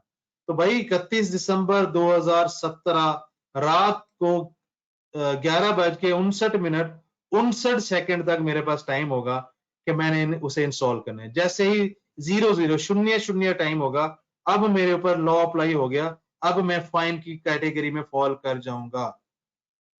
हम काफी आगे आ गए, तो इसको हम एंड पे फिर रख लें अगर आपको कंफ्यूजन है। जिस एरिया पे हम चल रहे हैं तब उस पर सवाल करते हैं। अच्छा जी, एक सिचुएशन थी, हमने उसके ऊपर कैलकुलेशन करके ये निकाल लिया। अगर ये मल्टीपल सिचुएशन हो, इसमें दो तरह के सिनेरियो होते हैं। अब उसने कहा केस 1 ये होता है यार 50% प्रोबेबिलिटी मुझे वापस करना पड़ता है। फिर कहता है कुछ केसेस ऐसे होते हैं कि 30% भी वापस करने पड़ते हैं, कुछ केसेस हैं 10% भी। ओके, क्या करूंगा मैं, हर परसेंटेज को उसकी अमाउंट से मल्टीप्लाई करूंगा। अब एक तो ये है कि उसने बता दिया कैटेगरीज नंबर 1, नंबर 2 परसेंटेजेस बता दी, नंबर 3 ये बता दिया। अब ये उसने अमाउंट दे दी, वो ये भी कर सकता है, वो ये भी कर सकते हैं कि 4 वारंटी कॉस्ट पर यूनिट है, 50% चांसेस। मैं इसको इससे मल्टीप्लाई करके 4 से मल्टीप्लाई करूंगा, अपने यूनिट्स को परसेंटेज से मल्टीप्लाई करूंगा और 4 से करूंगा। मतलब जैसे ये अमाउंट गिवन है, हमें ये कैलकुलेट भी करनी पड़ सकती है, हमें ये कैलकुलेट भी करनी पड़ सकती है। क्या एक अगर इवेंट हो, एक तरह की प्रोबेबिलिटी हो और हम कैलकुलेशन करें, वो आपको समझ आ गई। और अगर मल्टीपल एरियाज हों और उसकी हमने प्रोविजन की रिकॉर्डिंग करनी हो, क्या वो आपको समझ आ गया? ठीक है, ये जो एस्टिमेटेड अमाउंट है, या तो ये उसने कैलकुलेट करके दी होगी, या उसने पर यूनिट उसने कॉस्ट दी होगी। तो मुझे ये कैलकुलेट पहले करनी पड़ेगी, फिर मैं इसे सम करूंगा, फिर मैं उस सम की एंट्री करूंगा, warranty cost debit, provision for warranty credit. आगे चलते हैं अगले मेथड पे। ये एक आ गया, मुझे पता है 50,000 की, अगर हम पढ़ो कि सीरियस फॉल्ट है एक इक्विपमेंट में, उसने कस्टमर को जो सेल किया है, बहुत ज्यादा चांसेस हैं कि वो ये होगा बहुत ज्यादा चांसेस हैं कि इसकी रिपेयर करनी पड़ेगी और इसकी कॉस्ट लगेगी 50,000, उसने दे दी। ठीक हो गया? क्या हमें ये एग्जांपल्स विद ये कॉन्सेप्ट विद एग्जांपल्स क्लियर हैं? प्रोबेबिलिटीज एक्सपेक्टेड मेथड में आ गया, ये एक सिनेरियो का जवाब एक जगह पे उसने दे दिया, उसने डायरेक्ट दे दिया। ओके, गुड हो गया। चले, ये आपके पास नोट्स भी आ जाएंगे। आगे चलते हैं जी, कितनी एग्जांपल है, ये भी वही है, इसको आपने रीड कर लेना है, इसको रीड कर लेना है। ये उस मेथड की है, मोस्ट लाइकली आउटकम की। फ्यूचर ऑपरेटिंग लॉसेस, हमारी जो प्रोविजन की डेफिनेशन थी वो क्या थी? पास्ट इवेंट हो, ऐसे ही है, प्रेजेंट ऑब्लिगेशन हो, और फ्यूचर इकोनॉमिक बेनिफिट का आउटफ्लो हो। यार जब बात वो फ्यूचर की कर रहे हैं तो पास्ट तो वैसे निकल गया ना, ये जो पास्ट इवेंट वाला। अब ये इवेंट ही फ्यूचर कहता, फ्यूचर ऑपरेटिंग लॉसेस, मैं अपने ऑपरेशंस फ्यूचर में करूंगा तो मुझे नुकसान होगा, भाई इससे तो वैसे वो आउट हो गया। इस तरह की चीज के लिए कोई आपने प्रोविजन बुक नहीं करनी। अगले सालों में जब मैं काम करता रहूंगा, मेरा बिजनेस चलता रहेगा तो मुझे नुकसान होगा, तो इसके लिए हमने कोई प्रोविजन बुक नहीं करनी, क्योंकि कोई पास्ट इवेंट नहीं है, हमारी कंडीशन ही पूरी नहीं हो रही। हो सकता है जिस वजह से मुझे नुकसान है मैं उसको अवॉइड कर लूं, तो मुझे जरूरत ही वैसे नहीं पड़ेगी। इवन इस केस में तो अगर प्रोविजन बनती भी होती और मैं ये अवॉइड कर सकता, तो ये मैं प्रोविजन ही बुक ना करता। तो इन शॉर्ट, फ्यूचर में मैं अपने ऑपरेशन परफॉर्म करूं तो मुझे नुकसान हो जाएगा, इसकी हमने प्रोविजन बुक नहीं करनी। क्या फ्यूचर ऑपरेटिंग लॉसेस क्लियर है? फ्यूचर ऑपरेटिंग लॉसेस क्लियर है? इसको बजटेड तो कर सकते हैं कि शायद और भाई अगर कर भी सकते हैं तो इसका प्रोविजन से ताल्लुक नहीं है। देखो अहमद भाई, देखो देखो देखो, हमारी प्रोविजन की कंडीशन क्या है? हमारी प्रोविजन की कंडीशन क्या है? वो कहता है कि कोई ऐसी चीज जो माजी में हुई हो, ठीक हो गया, माजी में हुई हो, मुझे आज उसके अगेंस्ट पे करना है, और मेरा इकोनॉमिक बेनिफिट जाएगा। अगर तो ये सर्टेन हो अमाउंट तो लाइबिलिटी है, अगर ये प्रोबेबल हो मोर देन 50% टू 95% और मैं इसकी अमाउंट एस्टिमेट कर सकूं, ये प्रोविजन है। अब अगर इसमें से कोई कंडीशन भी मिस हो रही है ना तो वो लाइबिलिटी है ना तो वो प्रोविजन है।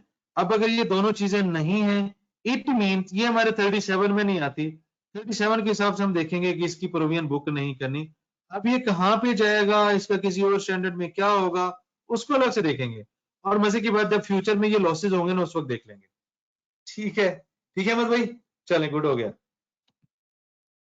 अब आगे चलते हैं, कंटिंजेंट लायबिलिटी हमारा दूसरा। यहां पे थोड़ा सा आपको अलर्ट होकर बैठना पड़ेगा कि हो क्या रहा है यहां पे।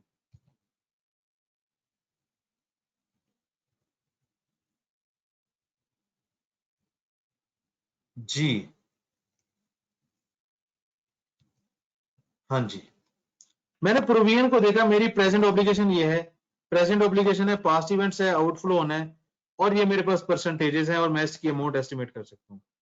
अगर इसको मैं कंपेयर करूं कंटिंजेंट लायबिलिटी से, केस वन में कहता है प्रेजेंट ऑब्लिगेशन है, सेम है, arising from past event same है, to be settled by outflow of economic, ये भी बिल्कुल सेम है। फर्क कहां पे है, यहाँ पे प्रोबेबिलिटी की परसेंटेज है 50% से ज्यादा, 95 से कम, यहां पे भी ऐसे है। अमाउंट इज सर्टेन नहीं, बट हम एस्टिमेट कर सकते हैं। जी, वो जिसका सवाल था कि अगर मैं एस्टिमेट नहीं कर सकता, भाई अगर आप अमाउंट एस्टिमेट नहीं कर सकते थे तो ये कंटिंजेंट लायबिलिटी में आ जाएगी। नंबर वन, ये एक सिनेरियो है। क्या उस बंदे का सवाल क्लियर हुआ जब मैंने कहा था ये आगे क्लियर होगा? प्लीज वो मुझे बता दें, क्या उस बंदे का सवाल क्लियर हुआ कि अगर अमाउंट रिलायबली एस्टिमेट हम नहीं कर सकते तब हमने क्या करना? चले, जबरदस्त हो गया शरीर भाई। अब इसमें दूसरा केस है, दूसरे केस में देखते हैं क्या फर्क है। ये भी सेम है, ये भी सेम है, यहां पे पॉसिबल ऑब्लिगेशन आ गया। इसका मतलब कंटिंजेंट लायबिलिटी को हम दो एंगल से देखेंगे। एक ये है कि सारी चीजें प्रोविजन के साथ सेम होगी, ये चीज सेम नहीं होगी, यानी कि एस्टिमेट नहीं कर सकते। यहां पे पॉसिबल की बात कर रहा है, इसका मतलब पॉसिबल ऑब्लिगेशन है तो प्रोबेबिलिटी रिप्लेस हो जाएगी पॉसिबल से। 5% से लेकर 50% से नीचे तक की परसेंटेज अगर होगी तो ये केस टू है, ये भी कंटिंजेंट लायबिलिटी हो जाएगी। अब वो जो कंटिंजेंट का मतलब था वो ये है, it will be confirmed by some future events. Future events हमारे कंट्रोल में भी नहीं होते। इन दोनों केसेस में क्या करना है, ट्रीटमेंट के ऊपर आते हैं। वो कहता है डू नॉट रिकॉग्नाइज इट, कोई जनरल एंट्री नहीं पास करनी, आपने इसका डिस्क्लोजर देना है। इसका डिस्क्लोजर देना है। क्या कंटिंजेंट लायबिलिटी का कॉन्सेप्ट क्लियर हुआ आपको? क्या कंटिंजेंट लायबिलिटी का लेक्चर क्लियर हुआ आपको?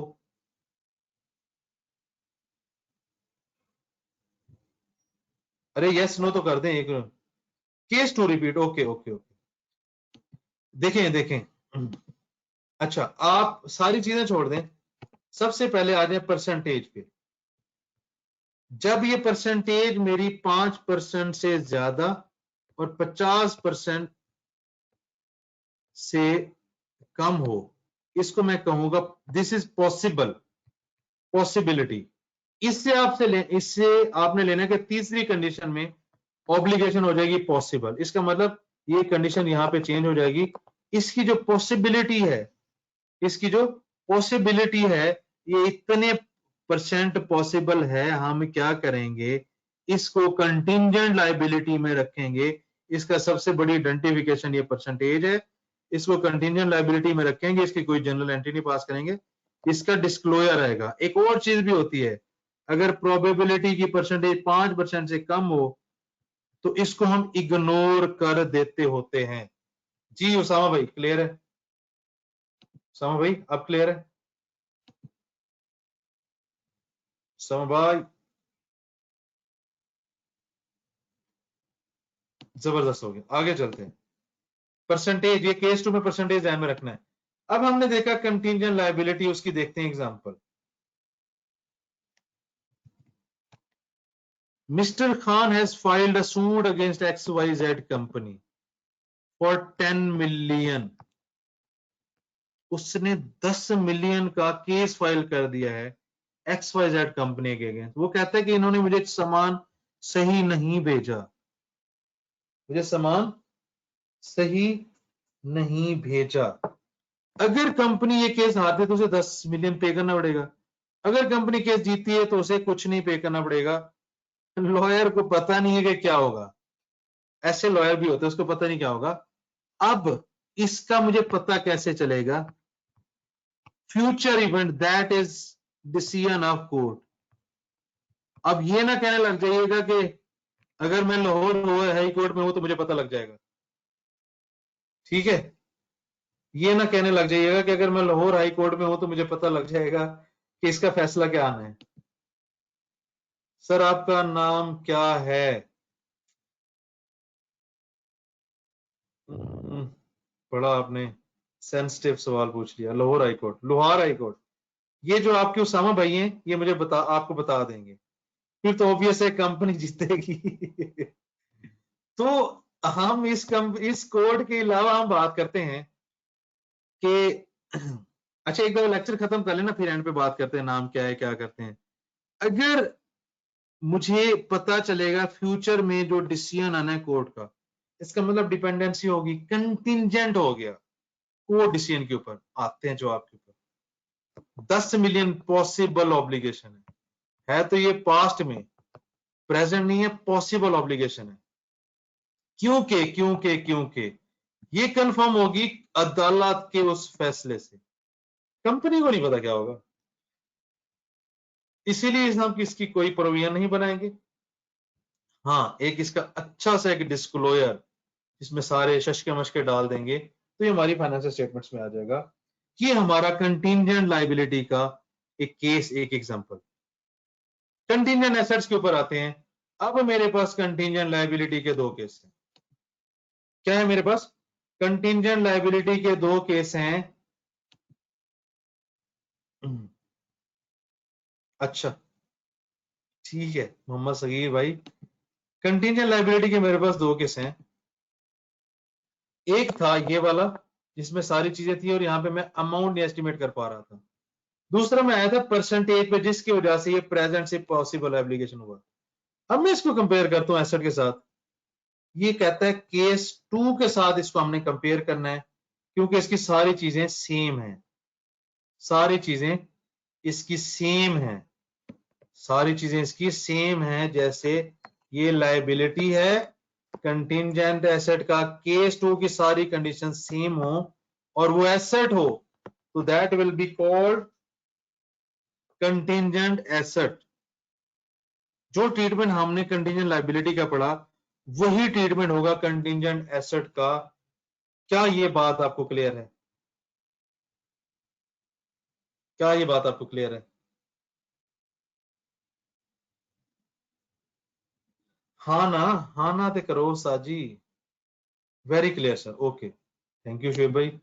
आगे चलते हैं।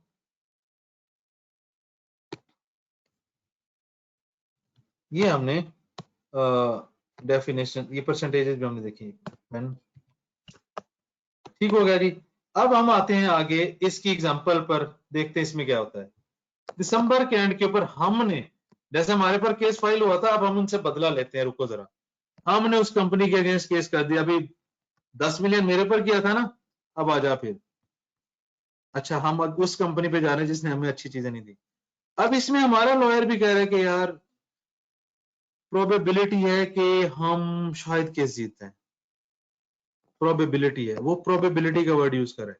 बट हमें पता है, हमें पता है ये पॉसिबल इवेंट है, कोर्ट का डिसीजन आएगा तो हमें पता लगेगा, इसीलिए हम उसका जस्ट डिस्क्लोजर देंगे, जस्ट डिस्क्लोजर देंगे कंटिंजेंट एसेट और कंटिंजेंट लायबिलिटी केस 2 ये सेम है एंड वाइस वर्सा है। क्या आपकी कोई इंटीग्रेशन, कोई लिंक बन रहे हैं चीजों के दोस्तों?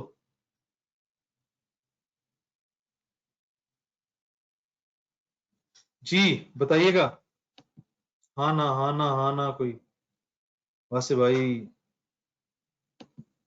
चलें आगे चलते हैं जी।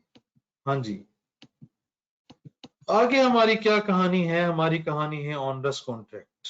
ये बड़ी मजे की कहानी है। मैंने एक कॉन्ट्रैक्ट किया हुआ है मिस्टर जी के साथ कि यार मैं तुम्हें ना मकान बना के दूंगा, अगर मैंने मकान बना के ना दिया तो मैं तुम्हें 10 लाख दूंगा जुर्माने के तौर पे। जुर्माना लिखते हैं उर्दू में, जुर्माने के तौर पे मैं 10 लाख आपको दूंगा। कंस्ट्रक्शन स्टार्ट कर दी, काम करता रहा, अचानक से हुकूमतें चेंज हुई, सीमेंट के रेट बढ़ गए, मजदूरी के रेट बढ़ गए, बिजली के रेट बढ़ गए, सब चीजों के रेट बढ़ गए। अब मैंने प्लान किया हुआ था कि यार मैं ये सारा कर करा के भी मैं कोई 15 लाख बचा लूंगा। अब इन रेट की वजह से मुझे लग रहा है यार मुझे तो नुकसान हो जाएगा। अब आपने देखना है आपका नुकसान और जुर्माना जो कम हो, जो कम हो, उर्दू में क्लास शुरू हो गई दोस्तों, जो कम हो उसे ऑप्ट कर लें, इसे कहते हैं ऑनरस कॉन्ट्रैक्ट। इसको आगे डिटेल में देखते हैं। ऑनरस कॉन्ट्रैक्ट क्या है कि मेरी कॉस्ट, मैंने जो कॉन्ट्रैक्ट पूरा करना है उसकी कॉस्ट बढ़ रही है, जो मुझे उससे फायदा होना है, जो मुझे उससे प्रॉफिट होना था उससे मेरी कॉस्ट बढ़ी, यानी कि मुझे नुकसान हो रहा है। मैं क्या करूंगा, मैं क्या करूंगा, एक तो मैं उस कॉस्ट को पकड़ूंगा जो मुझे लॉस हो रहा है, उस लॉस को पकड़ूंगा और मैं देखूंगा जो मुझे जुर्माना होना था उसमें से किसको प्रोविजन बुक करूंगा, किसकी जो कम फिगर होगी। लेट्स से कि अगर मैंने 10 लाख का फाइन रखा था कि अगर यार ये मैं कंस्ट्रक्शन नहीं करके दूंगा, अब मैं देखता हूं कि यार अगर मैं इसको कंप्लीट करने बैठता हूं तो मुझे 12 लाख का नुकसान हो जाएगा। तो मैं क्या करूंगा, यार 2 लाख बचाओ, इस पे अपनी प्रोविजन बुक कर लो, उसे कहो जी मैं कंप्लीट नहीं कर रहा, मुझसे जुर्माना ले लो। इसको कहते हैं ऑनरस कॉन्ट्रैक्ट। जितना उस काम को कंप्लीट करने के बाद आपको नुकसान होना है वो देखें, अगर आप वो कंप्लीट नहीं करते उस पे आपको कितना जुर्माना होना है वो देखें, उसमें से लोअर पकड़ें, उसके ऊपर प्रोविजन बुक कर दें। ऑनरस कॉन्ट्रैक्ट क्या आपको समझ आ गया? इन शॉर्ट तब्दीली अरे यार सर कंटिजेंट एसेट में केस 1 होता तो मैं जरूर बताता, उसमें केस 2 है। जब बात हम करें कंटिजेंट एसेट बनेगा आगे, ठीक है जी। रिपीट, क्या रिपीट करूं दोस्त सामा भाई, ये पूरा ऑनरस कॉन्ट्रैक्ट, इससे गुडविल खराब नहीं होगी जी। मैं इसको पहले पूरा रिपीट करता हूं, लेट्स से फिगर्स के साथ आते हैं।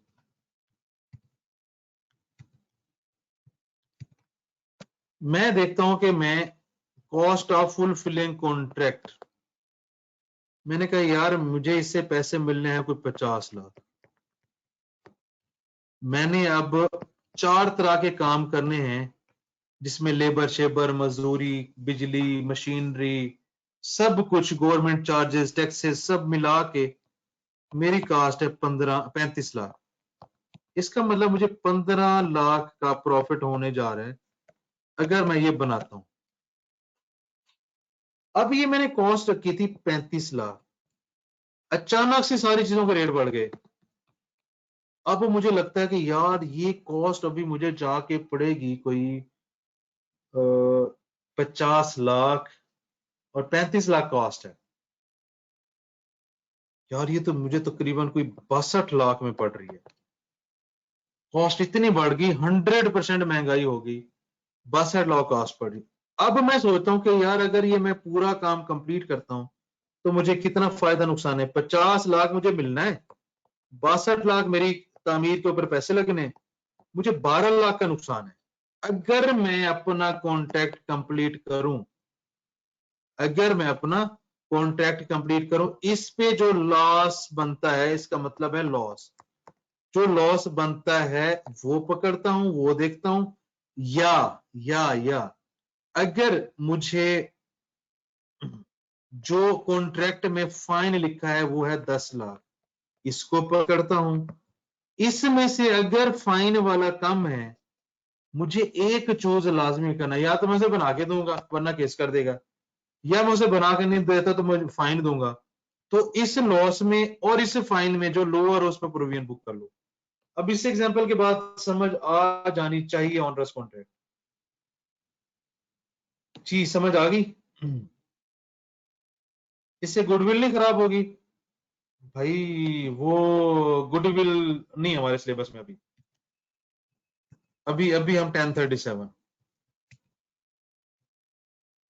ऑनरस कॉन्ट्रैक्ट की एग्जांपल पढ़ते हैं।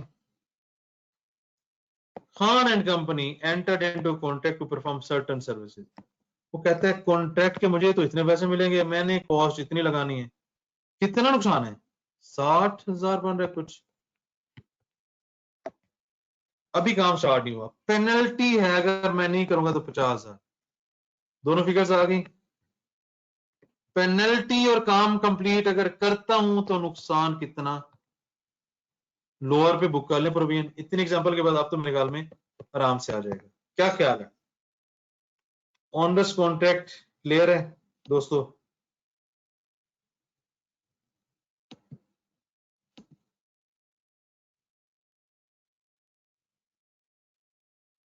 ओके, आगे चलते हैं। रेपुटेशन और गुडविल पे बात तो कर सकते हैं, बट आगे चलते हैं। रीस्ट्रक्चरिंग, रीस्ट्रक्चरिंग, अरे बड़ा बड़ा मुश्किल वर्ड है यार ये। रीस्ट्रक्चर, ये ठीक है। अगर अगर अगर अगर मैनेजमेंट, जो लोग बिजनेस चला रहे हैं, वो सोचें कि यार मैं ना बिजनेस ही चेंज करता हूँ। ये बिजनेस चेंज करने का तरीका, मैं कहता हूँ यार मैंने ना 20 आउटलेट्स बनाए हुए हैं पाकिस्तान के डिफरेंट शहरों में, मैं क्या करता हूँ, मैं इसको ना सारे को ऑनलाइन कर देता हूँ। अरे ये सभी चेंज हो रहा है, कंडक्ट चेंज हो रहा है, स्कोप चेंज हो रहा है, नई चीजें बनाऊं, नई चीजें ऐड कर दूं, नई प्रोडक्ट ऐड कर दूं, कम कर दूं, इस तरीके से अगर मेरा ये इंटेंशन है, कैसे होगा? इसके लिए आपके पास डिटेल्ड प्लान होना चाहिए। पंजाबी कहते हैं ना, इची बिची लिखी होनी चाहिए, that is called detailed plan. इसमें ये सारी चीजें आ जाएंगी। अब ये डिटेल्ड प्लान है और आप रीस्ट्रक्चर करने जा रहे हैं, तो लोगों में वैलिड एक्सपेक्टेशन डेवलप होंगी जो कि इसकी अफेक्टेड पार्टीज है। लेट्स से कि मैं एक चेन बंद करके दूसरी चेन स्टार्ट करने लगा हूं, और उस चेन का एक बंदा है जो अफेक्ट हो रहा है, उसके लिए उन्होंने कुछ अनाउंस किया होगा कि भाई आपको पैसे देंगे। अगर ऐसा कुछ है कि दोनों काम होते हैं, इसको मैं कहूंगा रिस्ट्रक्चर हो रहा है, मैं क्या करूंगा, इसकी प्रोविजन बुक करूंगा। अगर ये दोनों पूरे होते हैं, ये जहन में रखिएगा, डिटेल्ड प्लान ईची बीची लिखी हो, जो उससे रेलेवेंट पार्टीज हैं वो अफेक्ट हो रही हो, अगर ये दोनों एक साथ मिलते हैं तो मुझे रिस्ट्रक्चरिंग कॉस्ट की ऑब्लिगेशन के अगेंस्ट प्रोविजन बुक करनी पड़ेगी। क्या इस लॉजिक की समझ आ गई आपको दोस्तों, भाइयों, बुजुर्गों? एक हाँ ना तो दे दें ताकि मैं आगे चलूं।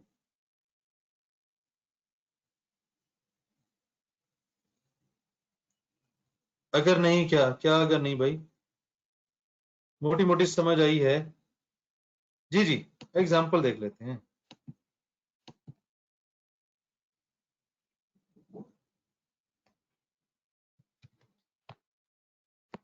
दिसंबर से पहले कंपनी ने अनाउंस किया कि वो अपना एक सेगमेंट क्लोज कर रहे हैं।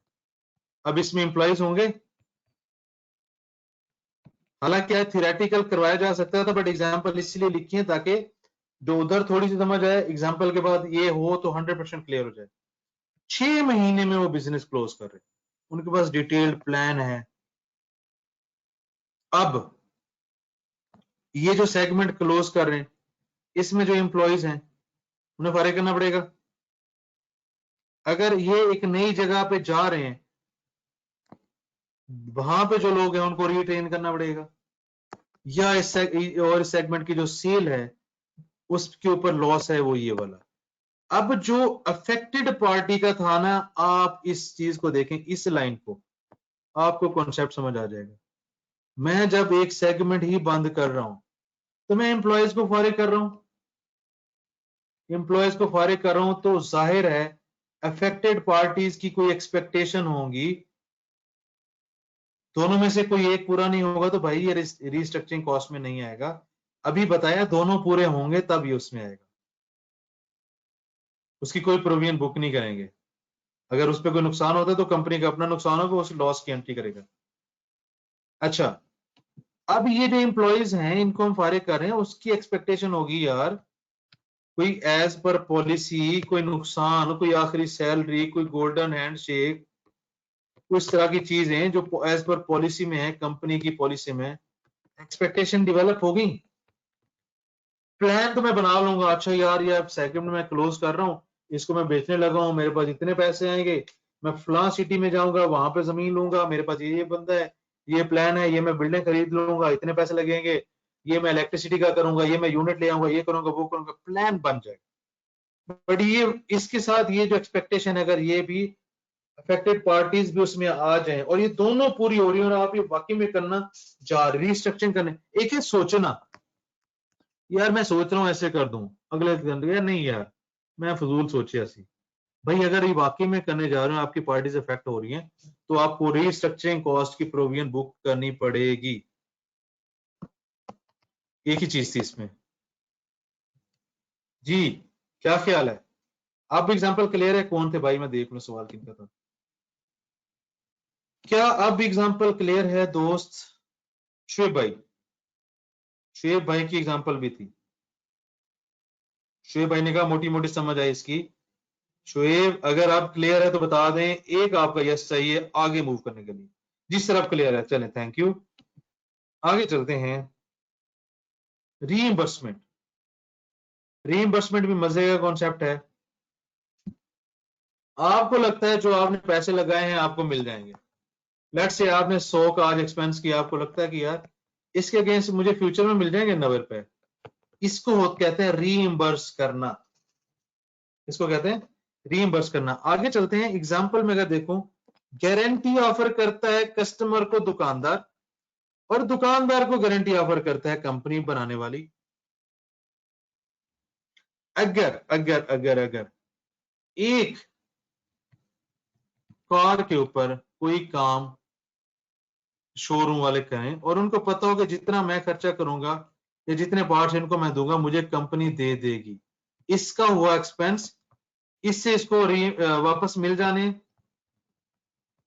इस पूरे सिनेरियो को वापस मिलने को मैं कह रहा हूं कि ये दिस इज रीइंबर्समेंट। क्या इस पहले वर्ड का मतलब समझ आया? वर्ड का मतलब समझ आया? यस भाई, ट्रेनिंग कॉस्ट तो अगली जगह पे जाके करनी है ना, मेरी अफेक्टेड पार्टीज तो अभी वाली है ना, आगे नए बंदे आएंगे उनको ट्रेन करवाऊंगा तो काम करवाऊंगा, वो एक अलग चीज है। मेरी अफेक्टेड पार्टी अभी थी जिसको मैं सेगमेंट खत्म करने पे, बेचने पे अभी मुझे टर्मिनेट करना है। आगे फ्यूचर में मेरा सेगमेंट, नया सेगमेंट लगेगा, ऑपरेशन स्टार्ट होंगे, वहां पे लोग हायर करूंगा, उनकी ट्रेनिंग दिलवाऊंगा, वो अलग चीज है, वो नई कॉस्ट होगी, वो आगे होगा।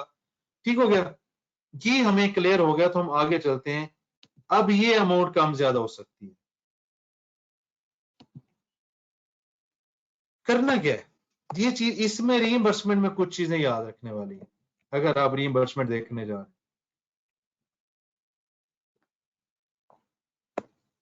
अगर ये वर्चुअली सर्टेन हो, इट मींस हमने किसी भी जगह पे मोर देन 95% परसेंटेज नहीं यूज की थी, हमने कहा था 95 था, 95% से ज्यादा तो वर्चुअली सर्टेन। ये वर्ड जहन में बिठा लें, प्रोबेबल की ये परसेंटेजेस हैं, पॉसिबल की ये परसेंटेजेस हैं। अरे रिमोट भी दे देता मैं, चलो। अगर ऐसा हो तो मैं एंट्री करूंगा, अगर ऐसा हो तो डिस्क्लोजर दूंगा, अगर ऐसा हो तो इग्नोर करूंगा। वाह, खूबसूरत चार्ट बन गया। कहता है कि अगर ये काम होना है और आपको वर्चुअली सर्टेन है, मोर देन 95% आप श्योर हैं कि मुझे पैसे मिल जाएंगे, इसकी एंट्री कर दें। क्या करने, कैसे करने वो भी देख लेते हैं। अगर प्रोबेबल है डिस्क्लोजर, अगर पॉसिबल है इग्नोर। क्या ये तीनों चीजें समझ आई आपको? क्या ये तीनों चीजें समझ आई आपको? एक हाँ और एक हाँ, ओके मिल गई। ये हमने जो बात की रिटेलर वाली अगर बात करें, उसने पहले अपनी प्रोविजन बुक की, अरे किधर है प्रोविजन बुक की, किस चीज की? जो उसका एक्सपेंस हुआ, जो उसने सर्विसेज दी। फिर उसने रीइंबर्समेंट की एंट्री की कि मुझे मिल जाएगा, क्योंकि मैं इस सिनेरियो की बात कर रहा हूं, एंट्री सिर्फ यहां पे है जब मोर देन 95% वर्चुअली सर्टेन है, फिर मैं रीइंबर्स की इसको, ये हमारे एक अलग से रिसीवेबल होगा। ये हमेशा याद रखना है, इसको कभी सेट ऑफ नहीं करना, प्रोविजन के अगेंस्ट इसे कभी सेट ऑफ नहीं करना। प्रोविजन की एंट्री तो मैं करूंगा क्योंकि मैं अपने कस्टमर को जो मैंने वारंटी दिया है वो करके दे रहा हूँ, रिपेयर करके दे रहा हूँ, मेरे उसके ऊपर पैसे लगे, एक्सपेंस हो गया, प्रोविजन बुक हो गया। अब मैं अपनी कंपनी वाले को कहूंगा भाई इसके अगेंस्ट पैसे, वो कहेगा जी वर्चुअली सर्टेन 95% ज्यादा आपको मिल जाएंगे, आप एक अलग रिसीवेबल की एंट्री करें, आपने प्रोविजन के अगेंस्ट उसे एडजस्ट नहीं करना। क्या ये बात हम समझ पाए हैं? कंटिंजेंट एसेट क्यों होगा? कंटिंजेंट एसेट नहीं होगा ये, कंटिंजेंट एसेट और चीज थी। अच्छा जी, आगे चलते हैं। ये वही एग्जांपल। अब मैं इसमें एक चीज बता दूं आपको, ये जो रिटेलर है ये सिर्फ कंपनी का एजेंट है, अगर ठीक है। अब हम चलते हैं, ये किस केस में अगर वो एजेंट है और गारंटी डायरेक्ट, हमने यहां पे बात की गारंटी कस्टमर को दी, रिटेलर ने, उसने एक्सपेंस अकर किया, उसने सर्विसेज दी, उसने रिपेयर किया। अगर वो कहता है कि ये बंदा कस्टमर इसके पास आए ना, ਇੱਥੇ आए डायरेक्ट, फिर कहता है उन्हें कुछ नहीं करना। ये एक नोट बहुत अहम है, ये एक नोट बहुत अहम है। कहते हैं कि अगर आपका एक्सपेंस था 10 रुपए, तो आप रीइंबर्समेंट भी 10 रुपए की रिकॉर्ड कर सकते हैं, इससे ऊपर नहीं जा सकते। अब मेरे ख्याल में रीइंबर्समेंट के सारे कॉन्सेप्ट हो गए, कोई कंफ्यूजन है तो पूछें। एक यस अगर ओके है तो, एक यस अगर ओके है तो। भाईजान किथे गए हो? ओके, कहानी को इख्तिताम की तरफ ले जाते हैं, कुछ कोशिश करते हैं, बड़ी टाइम ले लिया। रीइंबर्समेंट की एग्जांपल देखते हैं। कहता है जी XYZ कंपनी है, रिटेलर है, कुछ प्रोडक्ट उसने दी कस्टमर को और गारंटी ऑफर की। However, manufacturing has done the same with the retailer. Chain बन गई ना, उसने रिटेलर को कहा यार तुम आगे काम कर देना, मैं तुम्हें दे दूंगा पैसे। कस्टमर ने कंप्लेन की है कि भाई ऐसे ही करके दो। इसको ऑब्लिगेशन को पूरा करने के लिए कितने लगेंगे? 5 लाख। अब रिक्वायरमेंट क्या है? अगर रीइंबर्समेंट वर्चुअली सर्टेन हो क्या करना है, रीइंबर्समेंट इतनी हो क्या करना है, प्रोबेबल हो तो क्या करना है, रीइंबर्समेंट पॉसिबल हो तो क्या करना है। पहले केस में एंट्री पास करनी थी। और एसेट रिसीवेबल डन हो गया, ये तो मैं लगाऊंगा ना। अगर मैं उसको सर्विसेज दे रहा हूं, मेरी प्रोविजन की एंट्री होगी, ओके। अब मैं क्या करूंगा, मैं रिसीवेबल भी बुक कर लूंगा। और हमने बात की थी ये नेट ऑफ नहीं करने, नंबर 1। दूसरी हमने बात की थी कि जो आपने प्रोविजन बुक की हुई है इससे वैल्यू ना बढ़े, एक्सीड ना करे, किसकी? रीइंबर्समेंट की। ठीक हो गया। दूसरे में डिस्क्लोजर, ठीक, ये तो होगा, मेरा काम है कि ये करना, ये तो मेरी प्रोविजन तो होगी। इसका डिस्क्लोजर जो अभी हम पढ़ रहे हैं रीइंबर्समेंट, ये तो होगा ही होगा। और इग्नोर। क्या रीइंबर्समेंट की डेफिनेशन आपको समझ आई है दोस्तों, भाई बुजुर्गों? थक गए हैं सारे, बाउंसर पड़ गया। यस सर, क्लियर हो गया। ओके, अरे ऑलमोस्ट, जहूर भाई ना करें, एंड हो गया। बस बस तकरीबन कोई 4-5 मिनट। एक मजेदार चीज दिखाता हूं ताकि आप, जो हमने पढ़ा IAS 37 का, जो हमने पढ़ा इतनी सारी चीजें, वो आपको इस खूबसूरत ये जो एनिमेशन चल रही है, एक पेज के ऊपर 100% IAS 37 की लॉजिक्स कॉन्सेप्ट्स गिवन हैं। अगर 37 कंफ्यूज करता है तो ये, और IAS 10 का वो वाला एक पेज, क्या ही खूबसूरत समरी है आप लोगों के लिए, गिफ्ट है आपके लिए कि अगर आपको इतना टाइम नहीं है कि आप पूरे पूरे स्टैंडर्ड पूरे पूरे नोट्स पढ़ें, जस्ट इस एक पेज को उठाएं, इसमें आप पूरा 37 रीड कर सकते हैं। अब आई एम डन। अब कोई सवाल है तो पूछे, मेरी तरफ से जो डिलीवर करना था वो मैंने कर दिया है। कोई सवाल अगर है, सवाल कोई कोई सवाल? ठीक है भाइयों,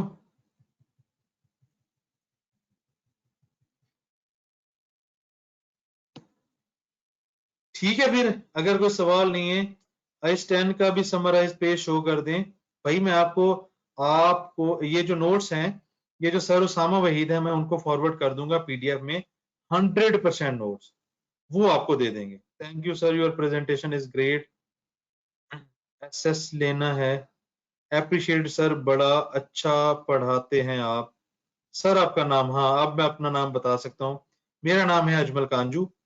मैं स्पेशलाइज्ड टीचर हूँ FAR 2 का एंड FAR 1। स्पेशलाइज से मुराद की काफी अच्छी वर्किंग है, एक है पढ़ाना, एक है वर्किंग होना आपके साथ, तो हर स्टैंडर्ड की बहुत अच्छी वर्किंग है अल्हम्दुलिल्लाह। जी काफी स्पीड है सर आपकी। भाईजान उसामा भाई 2 घंटे में 2 स्टैंडर्ड जो आप कम से कम एक हफ्ते में विद एग्जांपल प्रैक्टिस करवाते हैं, वो आपने करवाने हो तो जाहिर है स्पीड तो रखनी पड़ेगी। हाँ आप मेरे पास रेगुलर क्लास में हो, मैं आपको डिटेल में पढ़ाऊंगा। सर अपने बाकी नोट्स भी दे दें FAR 2 के। एहसान काशिफ भाई, एहसान भाई ऑडिट के लिए जो जो स्टैंडर्ड रेलिवेंट है, सर आतिफ हाफी साहब और उसामा भाई ने रिक्वेस्ट की हुई है। जैसे 1037 है, 38 का सेशन होगा, IS 8 का सेशन होगा, रेवेन्यू का सेशन होगा, ठीक है, 16 का सेशन होगा, इनके सेशन होंगे, इनके आपको नोट साथ साथ मिलते रहेंगे हर सेशन के बाद, ठीक है। उसके बाद अगर आपको इसके अलावा चाहिए और आपने FAR 2 वगैरह करना है तो यस, आप उसामा भाई के पास जाएं, उनसे डिस्कस करें, फिर हम आपस में कांटेक्ट कर लेंगे। अभी हमारा जो फोकस है दैट इज IS 1037, उसको कवर करना है। ये पब्लिक सेशन है, मार्केटिंग का सेशन नहीं है कि मैं कहूँ है मेरा नंबर लो, मैंने मैसेज करो, है मेरे को लाके पढ़ो। तो जो मुझे सर आतिफ की और सर उसामा की रिक्वेस्ट है, इंस्ट्रक्शंस हैं दोनों की, 1037 हमने कर लिया है, इंशाल्लाह हम 1636 8 रेवेन्यू, ये मेरे ख्याल में स्टैंडर्ड सर ने कहे हुए हैं, ये हम करेंगे इसी तरीके से, ठीक है। आप लोगों के साथ इंशाल्लाह इंटरेक्टिव सेशन होते रहेंगे जब तक ये ऑडिट से रिलेटेड कुछ अकाउंटिंग स्टैंडर्ड्स पूरे नहीं हो जाते। तो हमने कर लिए हैं, इसके नोट्स में सर उसामा वहीद को भेज दूंगा, आप उनसे ले सकते हैं। ठीक है जी, अगर कोई सवाल नहीं है तो क्लोज करते हैं, क्योंकि आप तो चुप करके हैंड फ्री करके लगा के सुनते रहे, मैं 2 घंटे से बोल रहा हूं तो मैं थक गया हूं। और 2 घंटे में यार अभी 4-5 मिनट पड़े हैं, वैसे बोला जा सकता है। और जी और कोई है सवाल क्या खत्म करें? जी शेब भाई जजाकल्ला, your style reflects your hard work. Thank you यार। जी दोस्तों, और कोई सवाल कोई चीज खत्म करें? ओके थैंक यू, इंशाल्लाह मुलाकात होती है जी अगले सेशन में। और उसामा भाई thank you for your efforts, and thank you sir Atif Abdi. Allah Hafiz.